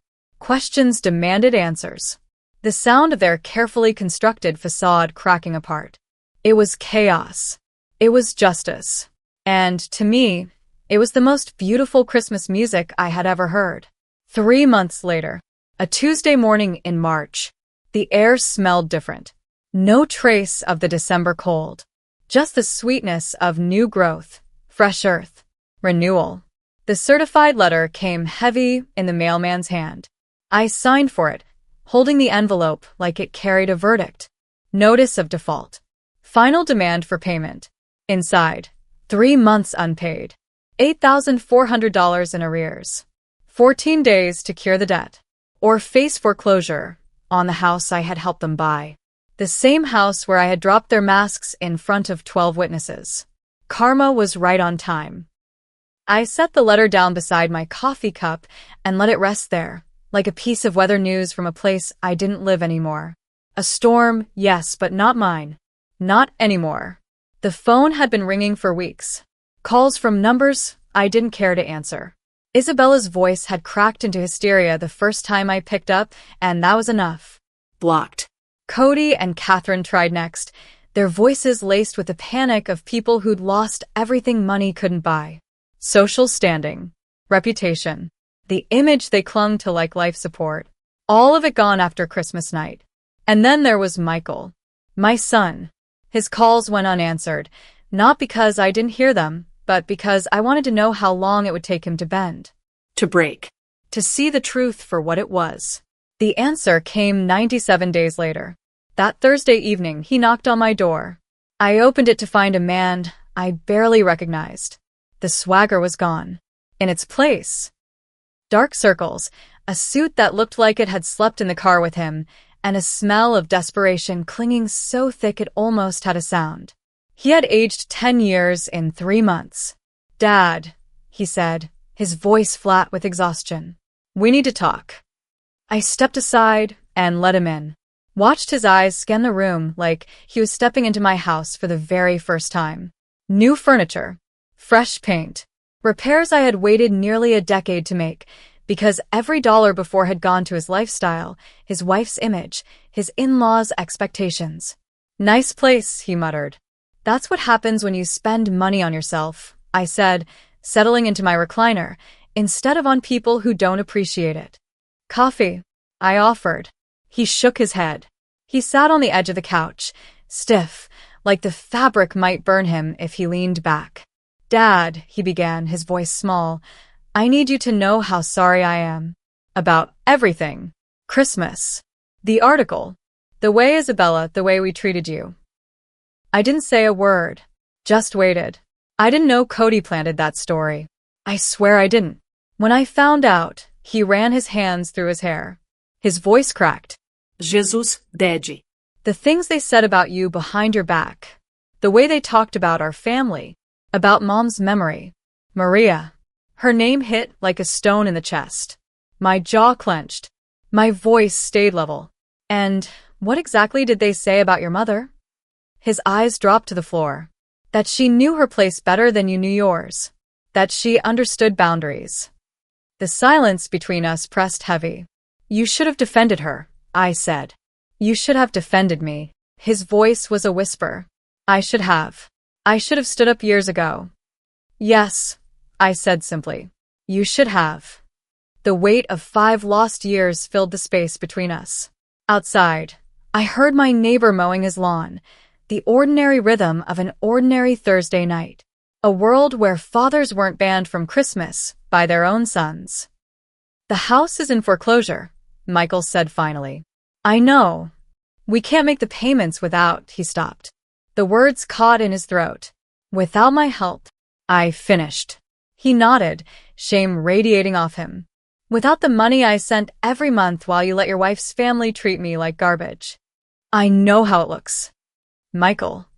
I leaned forward until his eyes locked with mine. Do you know how much I gave you over 5 years? His voice cracked. Isabella added it up after Christmas. The mortgage, the down payment, everything. Over $200,000. $237,468, I corrected. I know the exact number because I finally did what I should have done years ago. I counted. His face crumpled. Dad. I'm sorry. I don't know how to fix this. You can't. My voice was calm, but final. That money is gone. But worse, those years are gone. 5 years I should have spent building something with you. Instead, I was paying for someone else's fantasy of respectability. I know, he whispered. I know that now. He lifted his eyes. Something flickered there. Hope, fragile, flickering like a candle in wind. But maybe we could start over? Are you asking me to take over your mortgage again? The flicker went out. His shoulders slumped. We're going to lose everything, Dad. The house. Isabella's respect. Her parents' approval. I don't know what I'll do. You'll figure it out, I said gently. The same way I figured out how to live without a son who respected me. The same way I learned to spend Christmas alone while you sat at a table with people who thought I wasn't good enough. Tears welled in his eyes. They came slow, quiet, unannounced. Tears of a man who had run out of excuses. I lost you, didn't I? I chose them over you. And now I've lost you forever. I studied him for a long time. This man I had raised. This boy I had sacrificed for. A son who had let others convince him his father was disposable. Finally, I spoke. No, Michael. You didn't lose me. You gave me away. There's a difference. His hand swiped at his face. His voice was a rasp. Is there any chance, any way you could forgive me? I forgave you months ago, I said. And I meant it. But forgiveness doesn't mean pretending none of this happened. It doesn't mean going back to the way things were. And it sure as hell doesn't mean I'll bankroll a lifestyle that demanded I be grateful for scraps of your attention. He swallowed hard.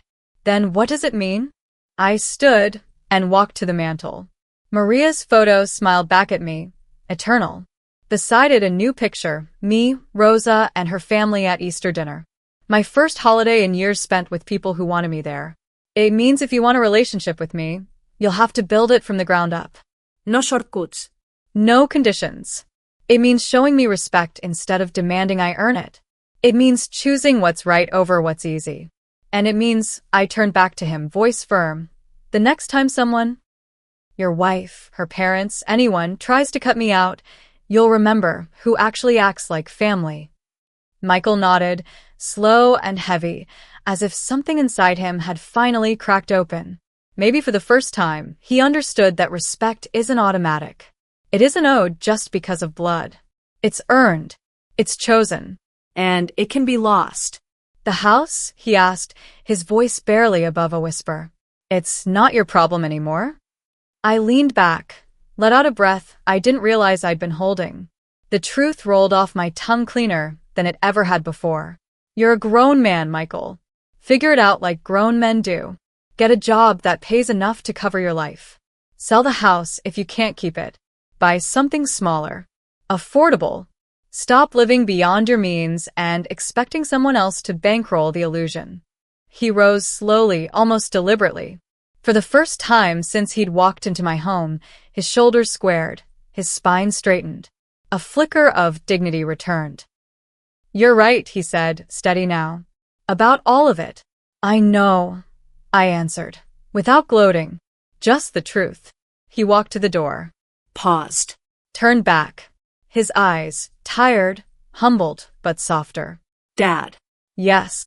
For what it's worth, seeing you stand up for yourself at Christmas dinner, I was proud of you. Angry. Embarrassed. But proud, too. Something shifted in me then, subtle but real. Good, I said, a faint smile tugging at the corner of my mouth. Maybe there's hope for you yet. He left quietly. No slam doors. No raised voices. Just silence that felt like closure. I poured myself a glass of good whiskey, the bottle I'd been saving, and stepped onto my back porch. Spokane spring was unfolding in front of me. The trees were budding. The air was softer, warmer. It smelled like possibility. In 4 months, I'd turned 63. Maria had been gone for 8 years.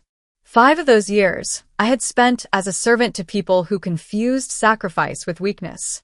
I had paid in dollars. I had paid in dignity. And now, finally, I was done. My phone buzzed. A text. Dinner Sunday? The kids want to show you their school projects. Rosa. I smiled. My thumbs typed back before I even thought about it. Wouldn't miss it. Because real family isn't something you're forced into.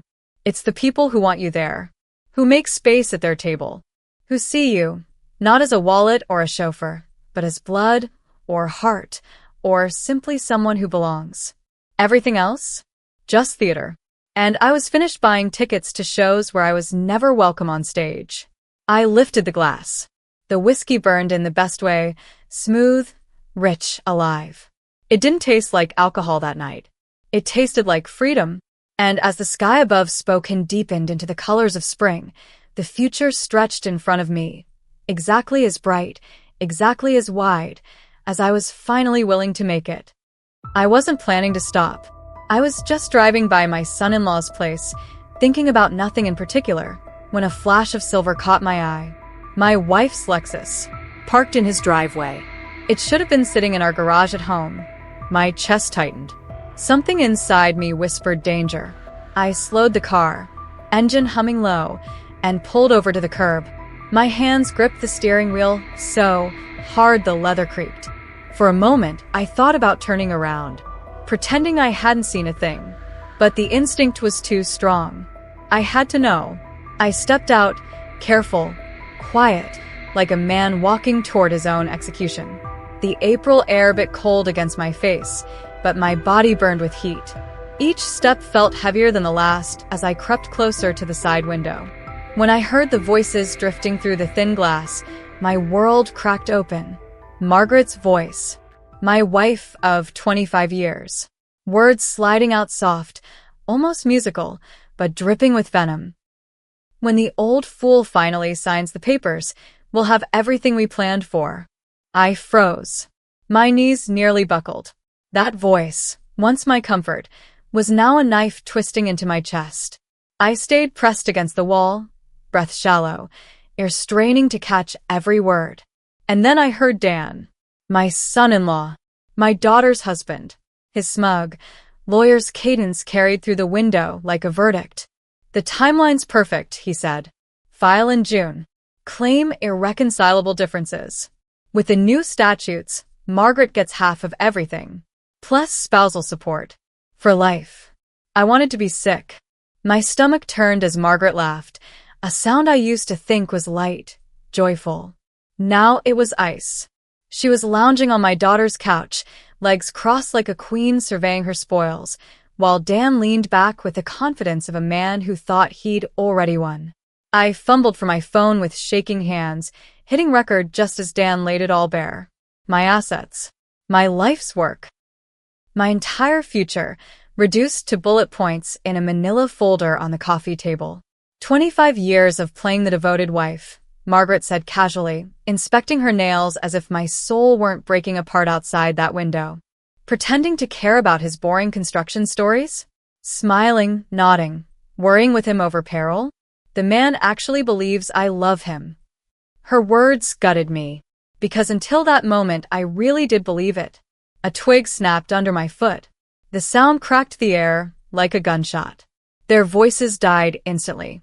I pressed my body hard against the brick, heart hammering, sweat soaking through my shirt despite the chill. Did you hear something? Margaret whispered, sharp with suspicion. Probably just the neighbor's cat, Dan said after a pause. Then, with cruel confidence, he won't suspect a thing. The man couldn't spot a conspiracy if it wore a neon sign. They laughed. Together. At me. I stood there another 15 minutes, my phone capturing every poisoned word, my body trembling with rage and disbelief. Finally, I slipped back to my car, numb, hollow. I sat there staring at my hands on the steering wheel. The same hands that had built everything, brick by brick, hour by hour. The empire that kept Margaret in silk dresses, designer handbags, first-class vacations. The same hands that had walked her down the aisle when her own father refused to bless our marriage. And still, in her eyes, I was nothing but a fool. Her voice echoed, replaying in my skull like a curse. The man actually believes I love him. The truth burned hotter than fire. Until 30 minutes ago, I did believe. Every word, every smile, every kiss. Then the front door opened. My heart lurched. Margaret stepped out first, swinging that designer bag with casual grace, followed by Dan adjusting his tie like the smug lawyer he was. They hadn't expected me. Their shock was written plain on their faces. "Alan," Margaret's voice cracked an octave higher. "What are you doing here?" I forced myself to breathe, to wear the mask I'd worn for decades. Calm. Collected. Blind. Just finished a site inspection nearby. I lied smoothly, stepping out of my car. Thought I'd stop by and see Brianna. Dan moved closer, protective, suspicious. His pale gray eyes searched mine like a man scanning for evidence. "She's not here," Margaret blurted quickly. "We were just helping Dan organize some legal documents. For a client." The lie came too easily. Too polished. How many had I swallowed before this one? "Oh," I said lightly, almost playfully. "I thought you'd be at work until 6. Didn't you mention something about the Henderson proposal this morning?" A flicker. Panic across her face. "I left early. Headache." "Sorry to hear that." I turned my gaze on Dan, forcing a smile that didn't reach my eyes. "Working on an interesting case?" "Asset division," he said automatically. Then, realizing too late, added, "For a divorce client." The words hung in the air like smoke. Thick. Suffocating. A truth they couldn't reel back. "Very complex financial situation," Dan had said, his lawyer tone crisp, almost amused. The irony might have been laughable if it weren't cutting straight through my life. Margaret's eyes darted between us, calculating, searching my face. "How long have you been here, Alan?" I forced a steady breath. "Just pulled up." My voice came out even, but my pulse hammered. Her smile stretched, too polished, too careful. "You seem tense. Everything okay?" The woman who had just plotted my financial execution was asking about my well-being. I nearly laughed at the absurdity. "Long day. You know how it is." I gestured toward Dan, as if dismissing the weight pressing on my chest. "Don't let me interrupt your work session." "We were just finishing," Dan said smoothly, his hand sliding onto the small of Margaret's back. A casual touch. Possessive. Familiar. My stomach turned. How long had that been happening? I pulled out my phone, pretending to check the time, tilting the screen so they couldn't miss it. Neither reacted outright, but Dan's eyes lingered just a second too long. He'd noticed. I should head home. Dinner won't cook itself. Margaret laughed. The sound was brittle, hollow. "I'll be along shortly. Just need to wrap up here." "Take your time." I opened the car door, then paused as if something had just come to mind. "Oh, Margaret, Dr. Patterson's office called. Something about rescheduling your physical? Conflict with your work schedule?" For the briefest second her face went blank. The look of someone caught off guard, mask slipping. Then she recovered with polished ease. "Must be a mix-up. I'll call them later." "No worries. These things happen." I slid into the driver's seat, heart pounding. "See you both later." I backed out of the driveway slowly, eyes fixed on the mirror. They stood frozen until my car disappeared around the corner, then leaned closer together, heads bent in hurried whispers. The dance was complete. They knew I might have heard something. I knew they were plotting to destroy me. Yet all of us were pretending life was normal. Margaret would drive home later, armed with excuses. Explanations ready for every detail. But what she didn't know was that I carried 43 minutes of crystal-clear audio in my pocket. evidence sharp enough to cut through every lie. For the first time in an hour, my hands were steady on the wheel. The shock had begun to fade, replaced by something harder, colder, focused. They thought they were playing chess while I was fumbling with checkers. They were about to learn how wrong they were. The 15-minute drive home blurred past traffic lights and familiar streets. Muscle memory guided me. I pulled into our circular driveway, past the manicured gardens Margaret insisted we outsource, past the fountain she demanded for our 20th anniversary. The house rose before me like a monument. Every board, every nail, every corner designed with my hands. A love letter carved in wood and stone to a woman who now schemed to steal it. I didn't get out right away. I sat in the car, staring. The front door, the windows, the home that had once been sanctuary. Now it felt like enemy ground. When I finally walked inside, silence greeted me. But it wasn't peaceful. It was hollow. Margaret's chatter about her day, the neighbors, her latest shopping find, had always filled these rooms. Tonight the silence mocked me. My eyes caught the wedding photo on the mantel. December 15th, 1987. Margaret glowing in ivory silk. Me in a rented tuxedo, looking far younger, full of pride. We looked happy. I believed it was real. She was 22 then, working as a secretary at Morrison and Associates. I was 37, finally turning a real profit after a decade of grinding days and cheap dinners. We met at their Christmas party. She laughed at my corny joke about concrete mixers. The sound lit up my chest. I asked her to dinner, and she said yes, so quickly I wondered if she had been waiting for me to ask. Our first date at Romano's stretched past midnight. I spilled out my dreams of building something lasting. She reached across the table, touched my hand, and told me I wasn't just building structures. I was building homes. 6 months later, I proposed. I believed she loved me. I still wanted to believe it, even now, though the evidence said otherwise. On the kitchen table sat our 25th anniversary card, dated just last December. Margaret's handwriting flowed smooth and elegant. To my wonderful husband, thank you for making all my dreams come true. Here's to 25 more years of happiness. All my love, Margaret. All her love. The words curdled in my mouth.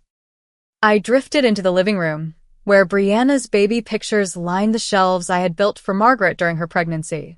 June 8th, 1995. Our daughter's first breath.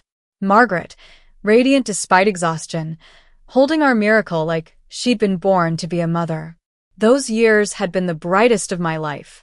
Margaret poured her energy into motherhood with the same intensity she had planned our wedding.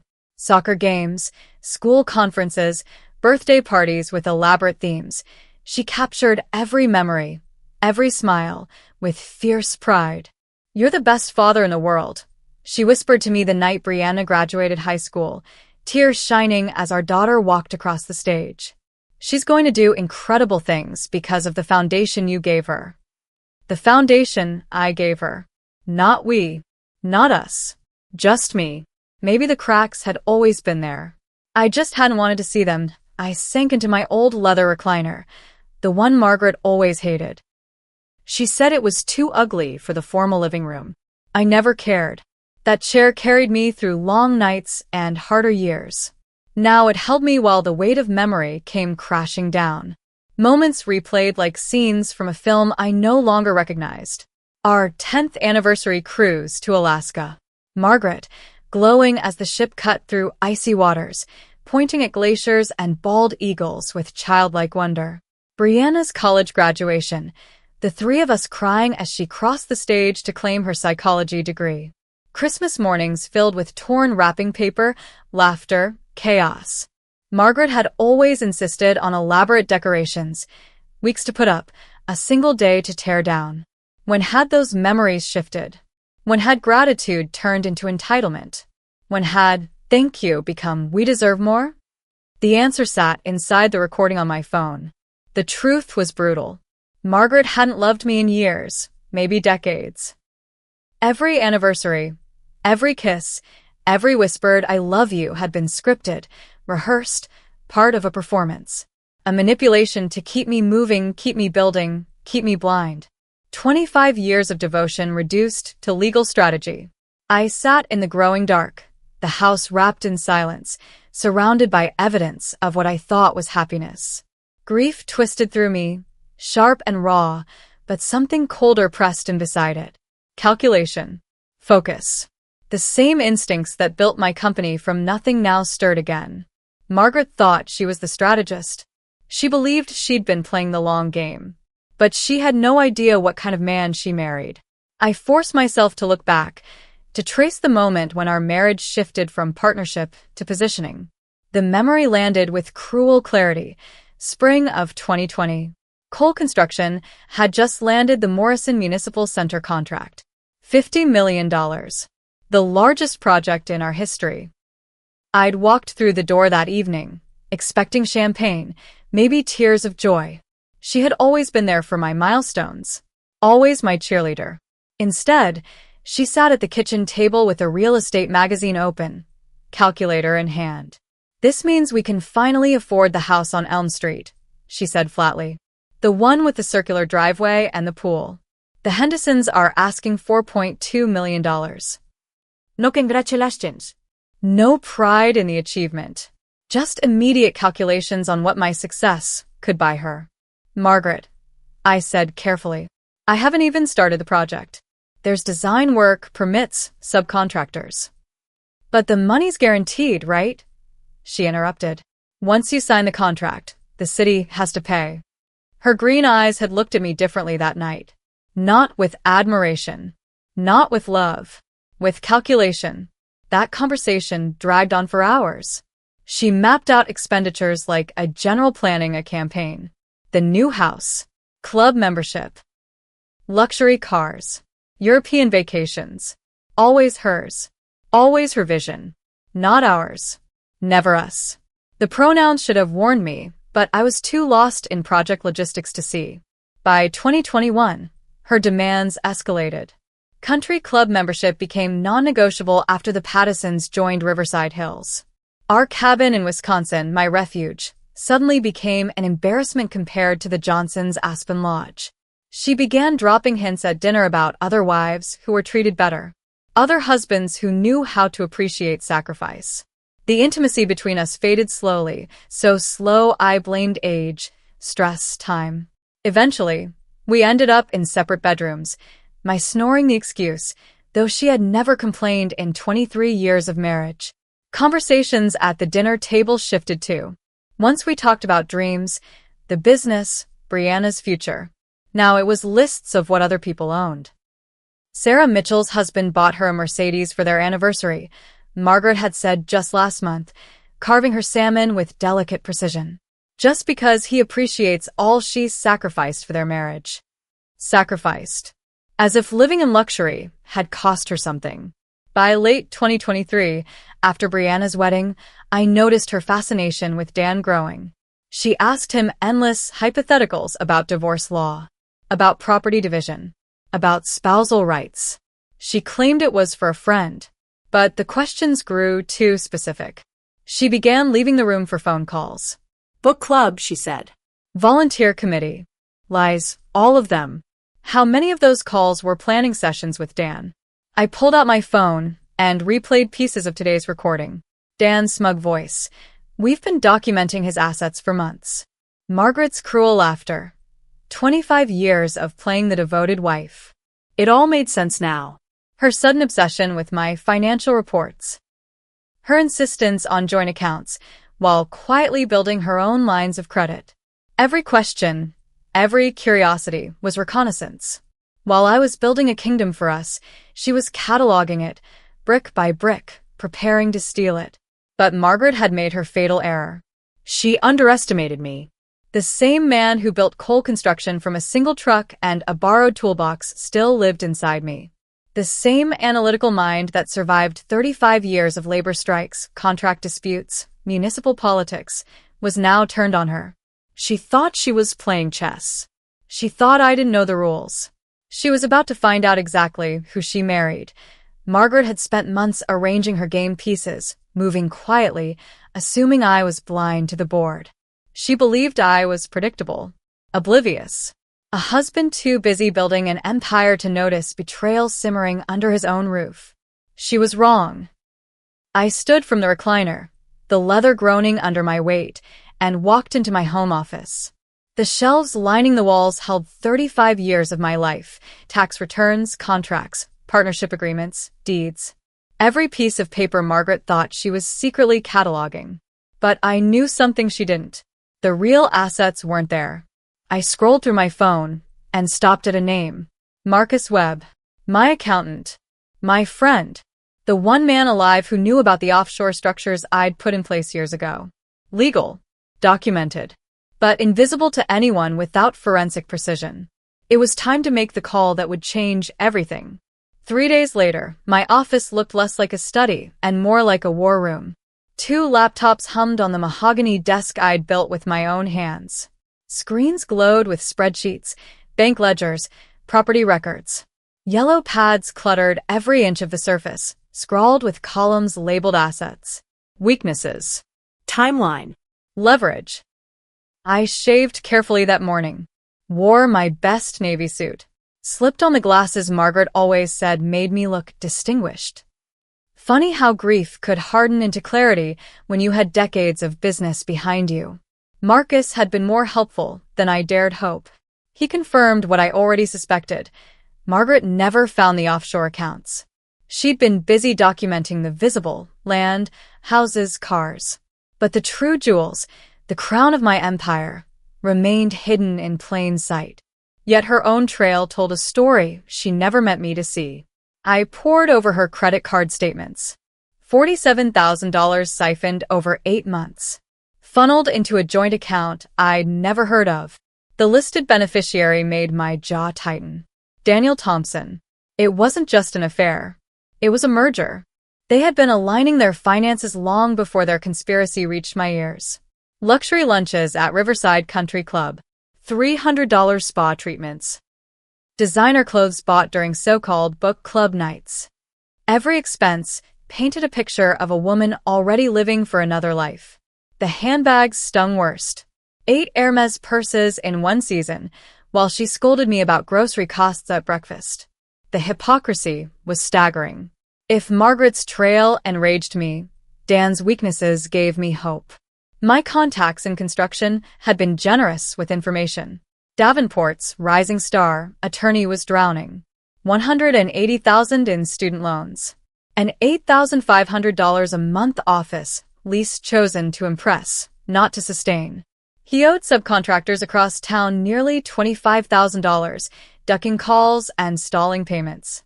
Champagne tastes on a beer budget, one colleague muttered to me over coffee. The State Bar's site painted its own picture. 2 dismissed complaints about client fund mismanagement. Dismissed, yes, but documented. In law, even accusations leave shadows. I leaned back in my leather chair and took in the scene around me. The war table I'd built over 72 relentless hours. Margaret and Dan thought they'd been careful. They thought I was just a husband, just a builder. They'd underestimated me catastrophically. They saw a trusting man who worked 16-hour days. A man who rarely asked questions when the household bills rose. They forgot I was the same mind that took one truck and a borrowed toolbox and turned it into a $12 million empire. My phone buzzed. The sound snapped through the silence. Brianna's name lit the screen. I steadied my voice before answering. Hey, sweetheart. How's your day? Dad. Her tone carried the weight of caution, like she was testing the ground before stepping forward. I need to ask you something. My chest tightened. Of course. Is everything okay between you and Mom lately? Her words cut sharper than she knew. There's this tension whenever I see you both together. For a heartbeat, I couldn't breathe. Did she know? Had Dan slipped? What makes you ask? Little things, she said. Mom's stressed about money, which doesn't make sense since business has been so good. And Dan keeps asking weird questions about your company, like how it's structured, who controls what. It almost feels like they're fishing for something. Fishing. My daughter's instincts, sharpened by her psychology degree, had sensed the predatory game her own husband and mother thought they'd hidden. I forced calm into my voice. Probably just curiosity. You know your mom, she's always worried about financial security. Maybe. But she didn't sound convinced. Then her voice cracked into something raw. Dad, if something was really wrong, you'd tell me, right? The question hung between us like a blade. Tell her what? That her mother was betraying me. That her husband was orchestrating the entire scheme. That the family she trusted was crumbling under lies? I swallowed hard. Of course, sweetheart. Everything's fine. Just business pressures. We said goodbye, and I set the phone down slowly. My hand lingered on the notes, spread across the desk. Strategy. Evidence. Betrayal. And the undeniable truth. My daughter was beginning to see cracks in the foundation. The war had officially begun. Dan wasn't just whispering lies into my wife's ear. He was digging for information through my daughter, pumping Brianna for details about my business structure, about how the empire was built, about where the cracks might be. That was when I knew their intelligence gathering was bigger, bolder, and more reckless than I'd imagined. If they wanted information, I'd make sure they got exactly what I wanted them to see. I was still turning Brianna's warning over in my head when the secure line on my desk lit up. Sarah Chun, my accountant for 12 years. Precise. Efficient. The kind of woman who never wasted a syllable. Alan, she said, voice crisp, the asset protection documents are ready for signature. When you mentioned updating your estate plan, I anticipated a broader restructuring. I took the liberty of mapping optimal safeguards.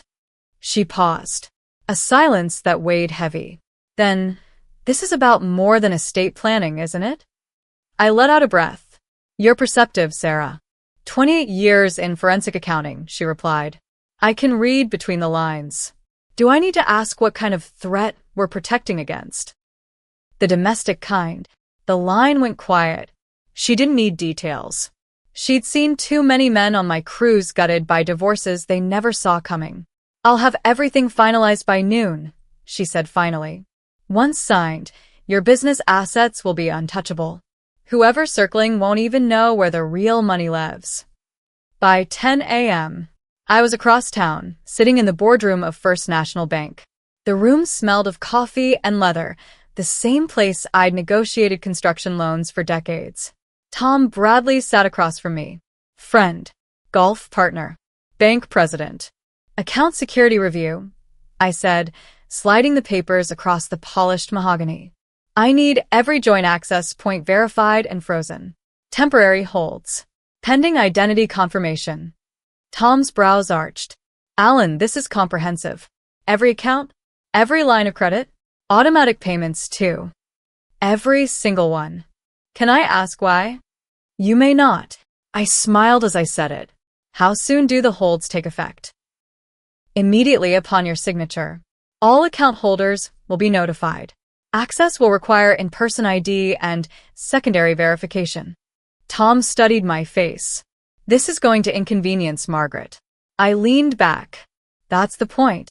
At 11:47 a.m., the locks engaged. By noon, Margaret was sliding into her seat at Riverside Country Club, surrounded by her circle of construction wives. 15 minutes later, the first alert hit my phone. Declined transaction. At 12:15, my cell rang. Margaret's voice, breathless with panic. Alan, something's wrong. My card was declined. The bank says there's some kind of hold. Do you know what's happening? Her tone dripped with rehearsed innocence. No mention of the joint account in Dan's name. No admission of the $47,000 she'd siphoned away. Just the performance of a humiliated wife caught in public inconvenience. Security hold? I echoed. That sounds serious. Did they say what triggered it? Something about verifying identity.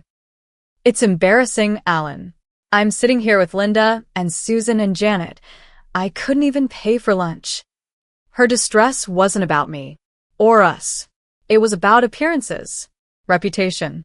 After 25 years, I knew her priorities better than she did. I'll call Tom right away, I assured her. Calm. Reassuring. We'll get it fixed. But I didn't call Tom. I drove to the construction site instead. The foundation pour for the new medical center was underway, Machinery rumbling, men shouting orders, steel meeting concrete. It grounded me, reminded me what was real. Meanwhile, my phone buzzed like a hive. Margaret again and again. 1:47 p.m. Still locked out. This is ridiculous. 2:23 p.m. Tom Bradley's secretary says he's in meetings. What kind of bank president ignores his best customers? 3:15 p.m. Even our emergency credit line is frozen. How am I supposed to buy groceries? Every message filled me with grim satisfaction.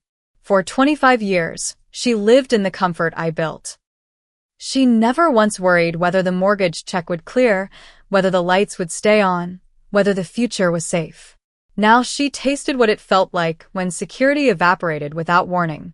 But Dan's reaction, that was the real prize. At 4:30, Mike Rodriguez, my investigator, called. Thompson tried to access his joint account with your wife 3 times. No luck. Then he moved to a trust account, likely your daughter's education fund. That one's locked too. And his reaction? Ugly. Angry calls, threats, demands to escalate to management. Classic overconfident lawyer realizing the floor just collapsed under him. By 6 p.m., I was back in my office, reviewing the day's battlefield. Every joint account, frozen. Every credit line, suspended. Every automatic transfer requiring my direct approval.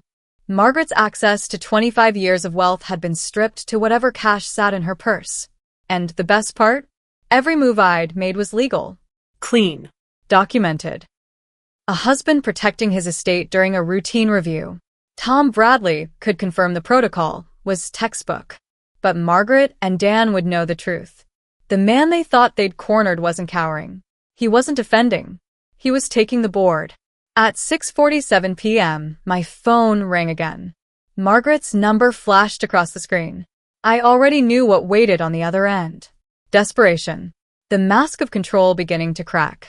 It was time to see how quickly co-conspirators turned on each other when the walls started closing in. What began as a quiet scheme to strip me of money had mutated into something darker. They weren't just after my assets anymore. They wanted my name, my reputation, my daughter's trust. Everything I had spent 30 years building in this community, every handshake, every late night, every foundation poured, was now under attack. By the time Margaret finally slipped out of the bank building at 9:30 that night, her phone was already glowing with Dan's next move. His text was precise, cold, strategic. Remember, you're not the angry wife anymore. You're the terrified victim. The woman finally brave enough to escape her abuser. The script had been handed to her. And just like that, the war shifted gears. Saturday morning. Café Luna. The little bistro with brick walls and soft jazz humming in the background. For 5 years, Margaret and Brianna had met here once a month, a ritual of mother and daughter. Same corner booth. Same table tucked away in the back. Safe. Familiar. But this time, it wasn't brunch. It was theater. Margaret leaned across the table, her voice trembling with perfectly rehearsed fragility. Brianna, I need to talk to you about your father. I think something's wrong with him. Mentally. Brianna didn't rush to comfort her. She placed her coffee cup back on the saucer with the precision of a surgeon. That deliberate pause, the switch from daughter to professional. What kind of wrong, Mom? Controlling. Paranoid. He's been limiting my access to money. Says it's for security, but Margaret let her words trail off, giving space for her daughter's mind to fill in the blanks. How long has this been happening? Months. Maybe longer. I thought it was stress. But yesterday, he froze me out completely. I couldn't even pay for lunch. Brianna leaned forward now, her tone calm, clinical. Mom, financial control can be abuse. But it can also be legitimate management during legal or business transitions. What's Dad's explanation? The neutrality of her question cut through Margaret's performance like a scalpel. Margaret had expected tears, outrage, sympathy. Instead, she was facing her daughter, the therapist. He says it's just account security. Margaret's voice cracked, her hand trembling for effect. But Brianna, we've been married 25 years. This isn't routine. This feels like punishment. Punishment for what? Margaret froze. She couldn't reveal too much without unmasking her own conspiracy. Her mind scrambled for safe ground. I think he suspects I've been questioning our marriage. Maybe he's trying to scare me. Keep me from leaving. Mom, Brianna's tone shifted, firm but kind, the patience of a woman who had counseled liars and manipulators for years.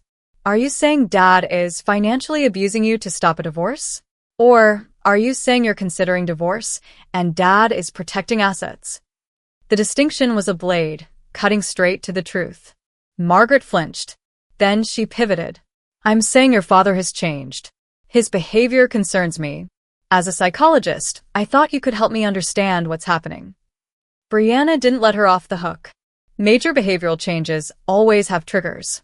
What happened 3 days ago that made him restrict account access? Margaret's mind raced. She couldn't answer that.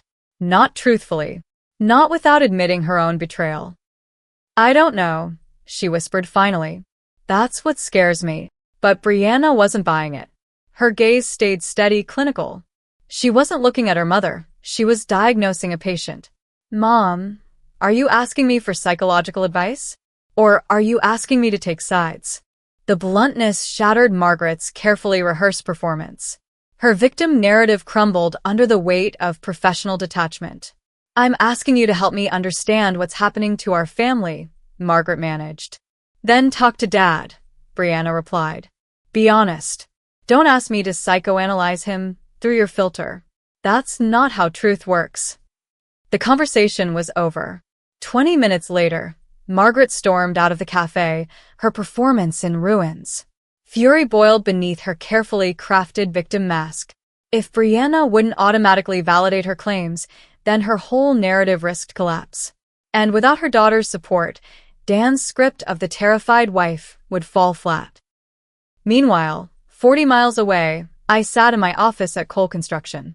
It was late morning. Papers spread across my desk, job site reports, cost estimates, the familiar rhythm of my world. That's when the call came. Jim Morrison, old friend, trusted contact. His voice was low, carrying the weight of insider knowledge. Alan, you'll want to hear this. Dan Thompson's in trouble with the state bar. I straightened in my chair. What kind of trouble? Investigations. Word is, they're after him for mishandling payments on the Mitchell case. 3 subcontractors filed complaints. He took his client's money, but never paid the trades. I set down my coffee, my mind already calculating angles. That's a trust account violation. How serious? Serious enough that there's a hearing next week. Thompson's scrambling to find $23,000 to cover it before the hammer drops. 23,000. The exact number I'd uncovered in my own research. The noose was already tightening. Jim, I said, would those subcontractors be willing to talk? Willing? They'd be eager. They're furious. 6 months of excuses. Always blaming his client or the courts. They're small operators, Alan. Guys who can't eat that kind of loss. He bled them dry. I leaned back in my chair, a slow smile pulling at my face. The man who thought he could destroy me was already drowning. All I had to do was hold his head under a little longer. That I spend the next 3 hours on the phone, moving piece by piece across the chessboard. Every call sharpened the blade I was about to drive into Dan Thompson's career. First was Bob Martinez Electrical. 8 months waiting for $7,400 that never came. His voice carried the raw frustration of a man who'd been lied to too many times. Next, Steve Chun Plumbing. $9,200 owed since October. He spoke with the bitterness of a business owner who had employees to pay, but no check to cover them. Then Randy Foster Roofing. $6,500 still missing for a job completed before Thanksgiving. His laugh was short, sharp, bitter.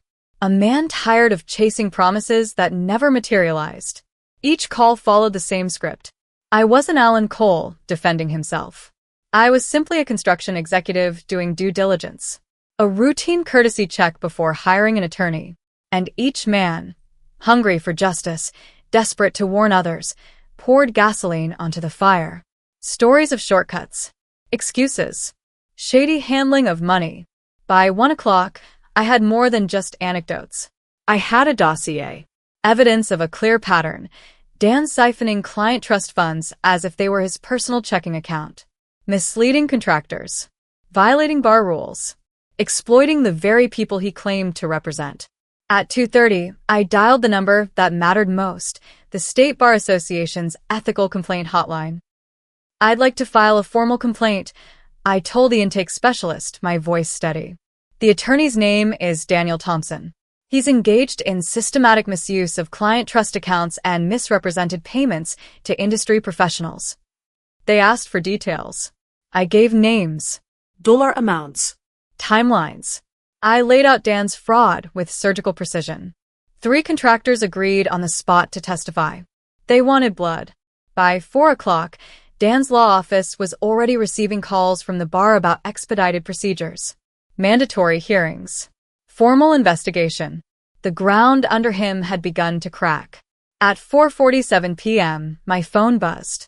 A text from Mike Rodriguez. Thompson just left the office. 3 boxes of files. Heading for his car. Want me to follow? I typed back 1 word. No. I didn't need to chase him. I knew exactly where he was going. Straight to Margaret. Panic had replaced precision. Their conspiracy, once sharp and calculated, was now a frantic scramble to keep the walls from closing in. Let them run. Let them sweat. Desperate people make mistakes. And this war was only warming up. 2 days of chaos later, Brianna drove toward my office. The weight of truth pressed on her shoulders, and I knew the decision she carried would change everything. My building stood solid against the April sky. Brick and steel. Real work. Honest work. Not glass and mirrors like Dan's tower. Sarah, my secretary of 8 years, met Brianna with the warmth she'd always saved for family. He's expecting you, honey. Go on in. I rose when she entered. Watched her posture. Shoulders squared. Eyes steady. Professional distance wrapped around her like armor. This wasn't my little girl coming to cry on my shoulder. This was a psychologist walking into a consultation. Dad, we need to discuss what's happening between you and Mom. Her tone was calm, measured. I've analyzed everything for 2 days. I need to hear your perspective. What's your mother told you?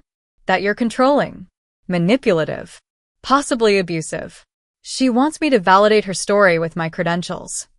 Her words cut, but not at me, at Margaret. At Dan.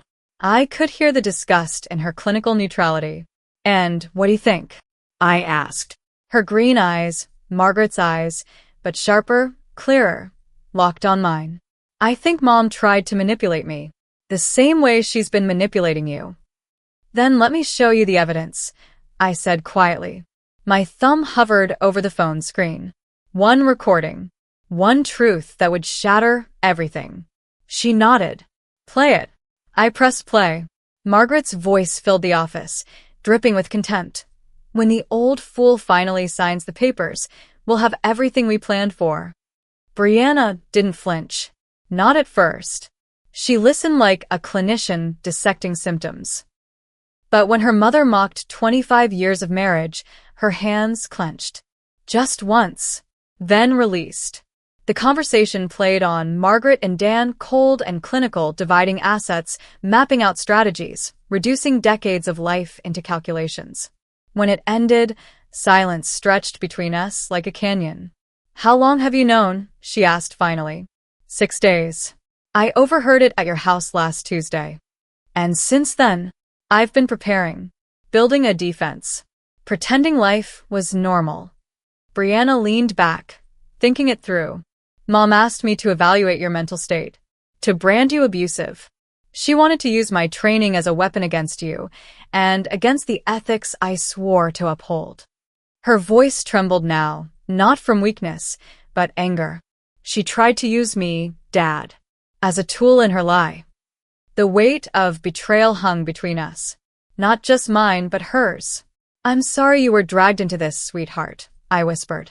I'm not, she said. Her tone hardened into steel. I'm glad I know the truth.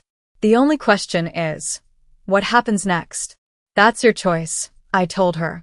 I won't force you to take sides. Her answer was immediate. I already have. I choose truth over loyalty, evidence over emotion. And I stand with the parent who didn't try to weaponize my profession. Relief washed over me, but concern followed close behind. And Dan. Her eyes turned to ice. My husband conspired to destroy my father and used my credentials as cover. That's not a man I can stand beside. Not as a wife. Not as a professional. She stood, decision complete. I'll testify if needed. But I won't be anyone's weapon, not yours, not hers. I nodded. I understand. She softened for a moment, then turned resolute again. Good. Because there's one more thing I need to do. She walked out of my office like someone who had shed old skin. Determined. Clear. Stronger than ever. At 7:30 that night, Brianna's key turned in her lock. Dan's head snapped up from the couch. Legal files scattered across the table. Whiskey bottle half drained. We need to talk, she said, setting down her purse. Rough day, he muttered, avoiding her eyes. Barrett deposition got pushed again. I know about the conspiracy, Dan. His mask cracked. The lawyer's calm slipped. Panic leaked through. What conspiracy? The one where you and my mother plotted to destroy my father. The one where you tried to use me as your shield. She stood tall. He shrank. I heard the recording, she said. Every word. The blood drained from his face. How much did you? Everything. Every calculation. Every strategy. Every insult. She sat across from him, cold, clinical. Tell me, Dan, was our marriage part of the plan? Or just collateral? For the first time in his career, Dan Thompson, man of arguments, defender of liars, manipulator of courts, had nothing to say. 3 days later, Margaret learned that in high society, destruction travels faster than the law. The dining room at Riverside Country Club hummed with Saturday brunch chatter. But when Margaret walked in, conversations hushed. Linda Patterson bent low over her Eggs Benedict. Susan Morrison suddenly remembered an urgent phone call.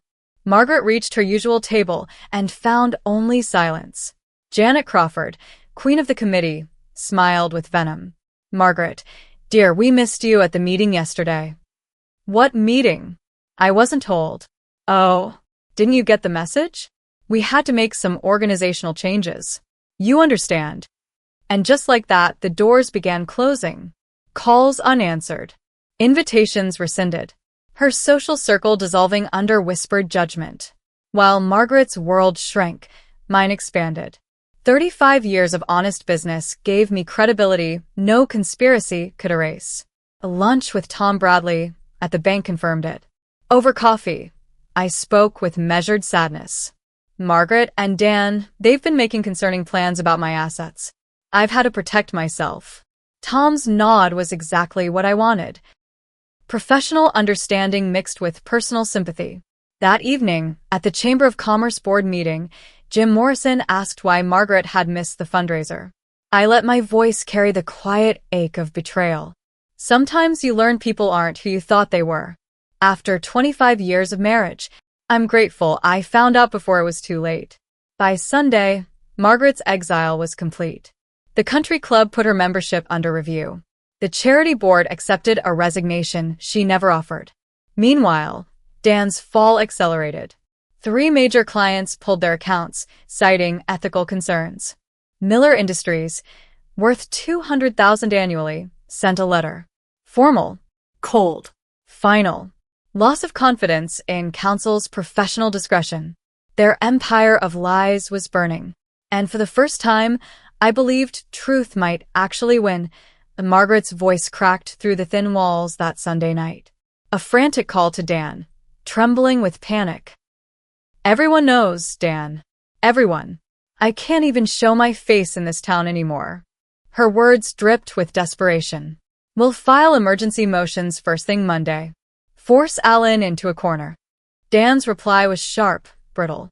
Before what? Before I lose my license? Before you crawl back to your sisters in Minnesota? Their voices rose and fell until midnight, circling blame, grasping at excuses. Two conspirators bound together by greed, discovering too late that shared guilt doesn't equal shared salvation. Tomorrow, they would gamble everything. Tomorrow would be their last play. And I was ready. Monday. Margaret stepped into the high-rise office of Linda Hawthorne. A name whispered through courthouse halls. A divorce attorney known for tactics that scorched earth and burned bridges, leaving only smoke and wreckage behind. The glass-walled conference room overlooked the very courthouse where Margaret dreamed of destroying me. Yet Linda's eyes told a different story. Seasoned skepticism, the kind born from years of listening to fabricated grievances.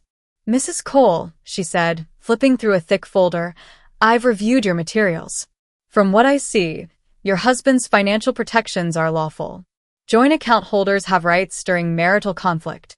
Margaret's mask slipped. "It's financial abuse. He's controlling every cent, cutting me off from money we built together." Linda's gaze didn't waver. "Money he earned, according to 25 years of tax records. You haven't been employed since 1989.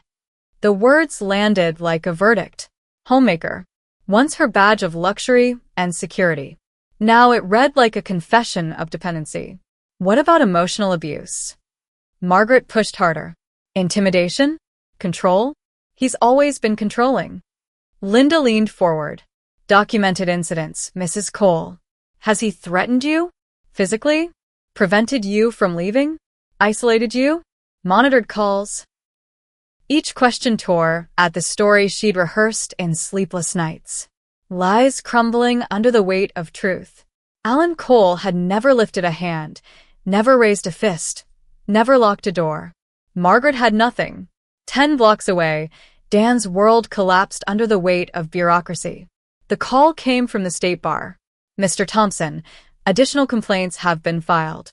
Allegations that you've been using client trust funds for personal expenses." Dan's grip on the phone tightened. His voice forced calm. "Those allegations are unfounded. My records are in order." The investigator cut him off. "We have documentation. Martinez Electrical invoiced 8 months ago. Payment was promised. Settlement reached 6 months ago. The funds? Still missing. Where are they?" Dan's stomach sank. He knew exactly where. His personal checking account. Rent. Loans. Office expenses. What he once called creative cash flow now had a different name. Embezzlement. The voice on the other end was clinical. "Formal hearing Thursday morning. Bring complete financial records. 18 months back." Dan hung up, sweat dripping down his temple. The walls of his glass tower were closing in. By Wednesday night, Margaret and Dan sat in his hollowed-out office. Two generals plotting their last war with no troops left to command. Margaret's voice cut through the silence. "We have to file domestic violence claims. It's the only way to put Alan on the defensive." Dan stared at her, exhausted. "False claims are felony charges. If we're caught..." She interrupted, defiant. "If we don't, I'm ruined. You're disbarred either way. At least this way, we go down fighting." Dan looked across the table at the woman who, 6 months ago, was just a restless housewife bored of her reflection. Now she was proposing perjury in federal court. The devil they'd awakened had consumed them both. Thursday, May 1st. The Davenport County Courthouse felt different that morning. Solid. As if the bricks themselves carried the weight of my 35 years of honesty. Judge Patricia Hendricks presided. No nonsense. Eyes like steel sharpened by decades of sifting lies from truth. Margaret sat at the plaintiff's table, dressed for the part. Conservative dress. Bought a makeup?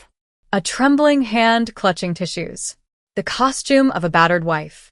"Mrs. Cole," the judge began, reviewing the petition, "you allege financial abuse and intimidation.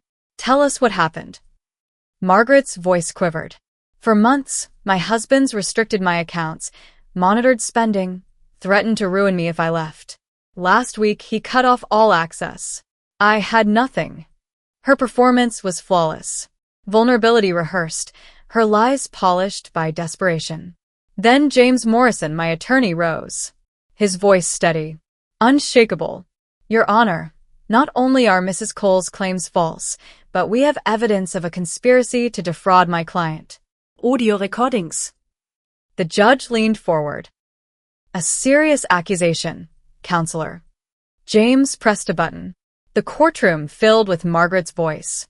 When the old fool signs the papers, we'll have everything we planned for. Gasps. Heads turned. Margaret's face drained white.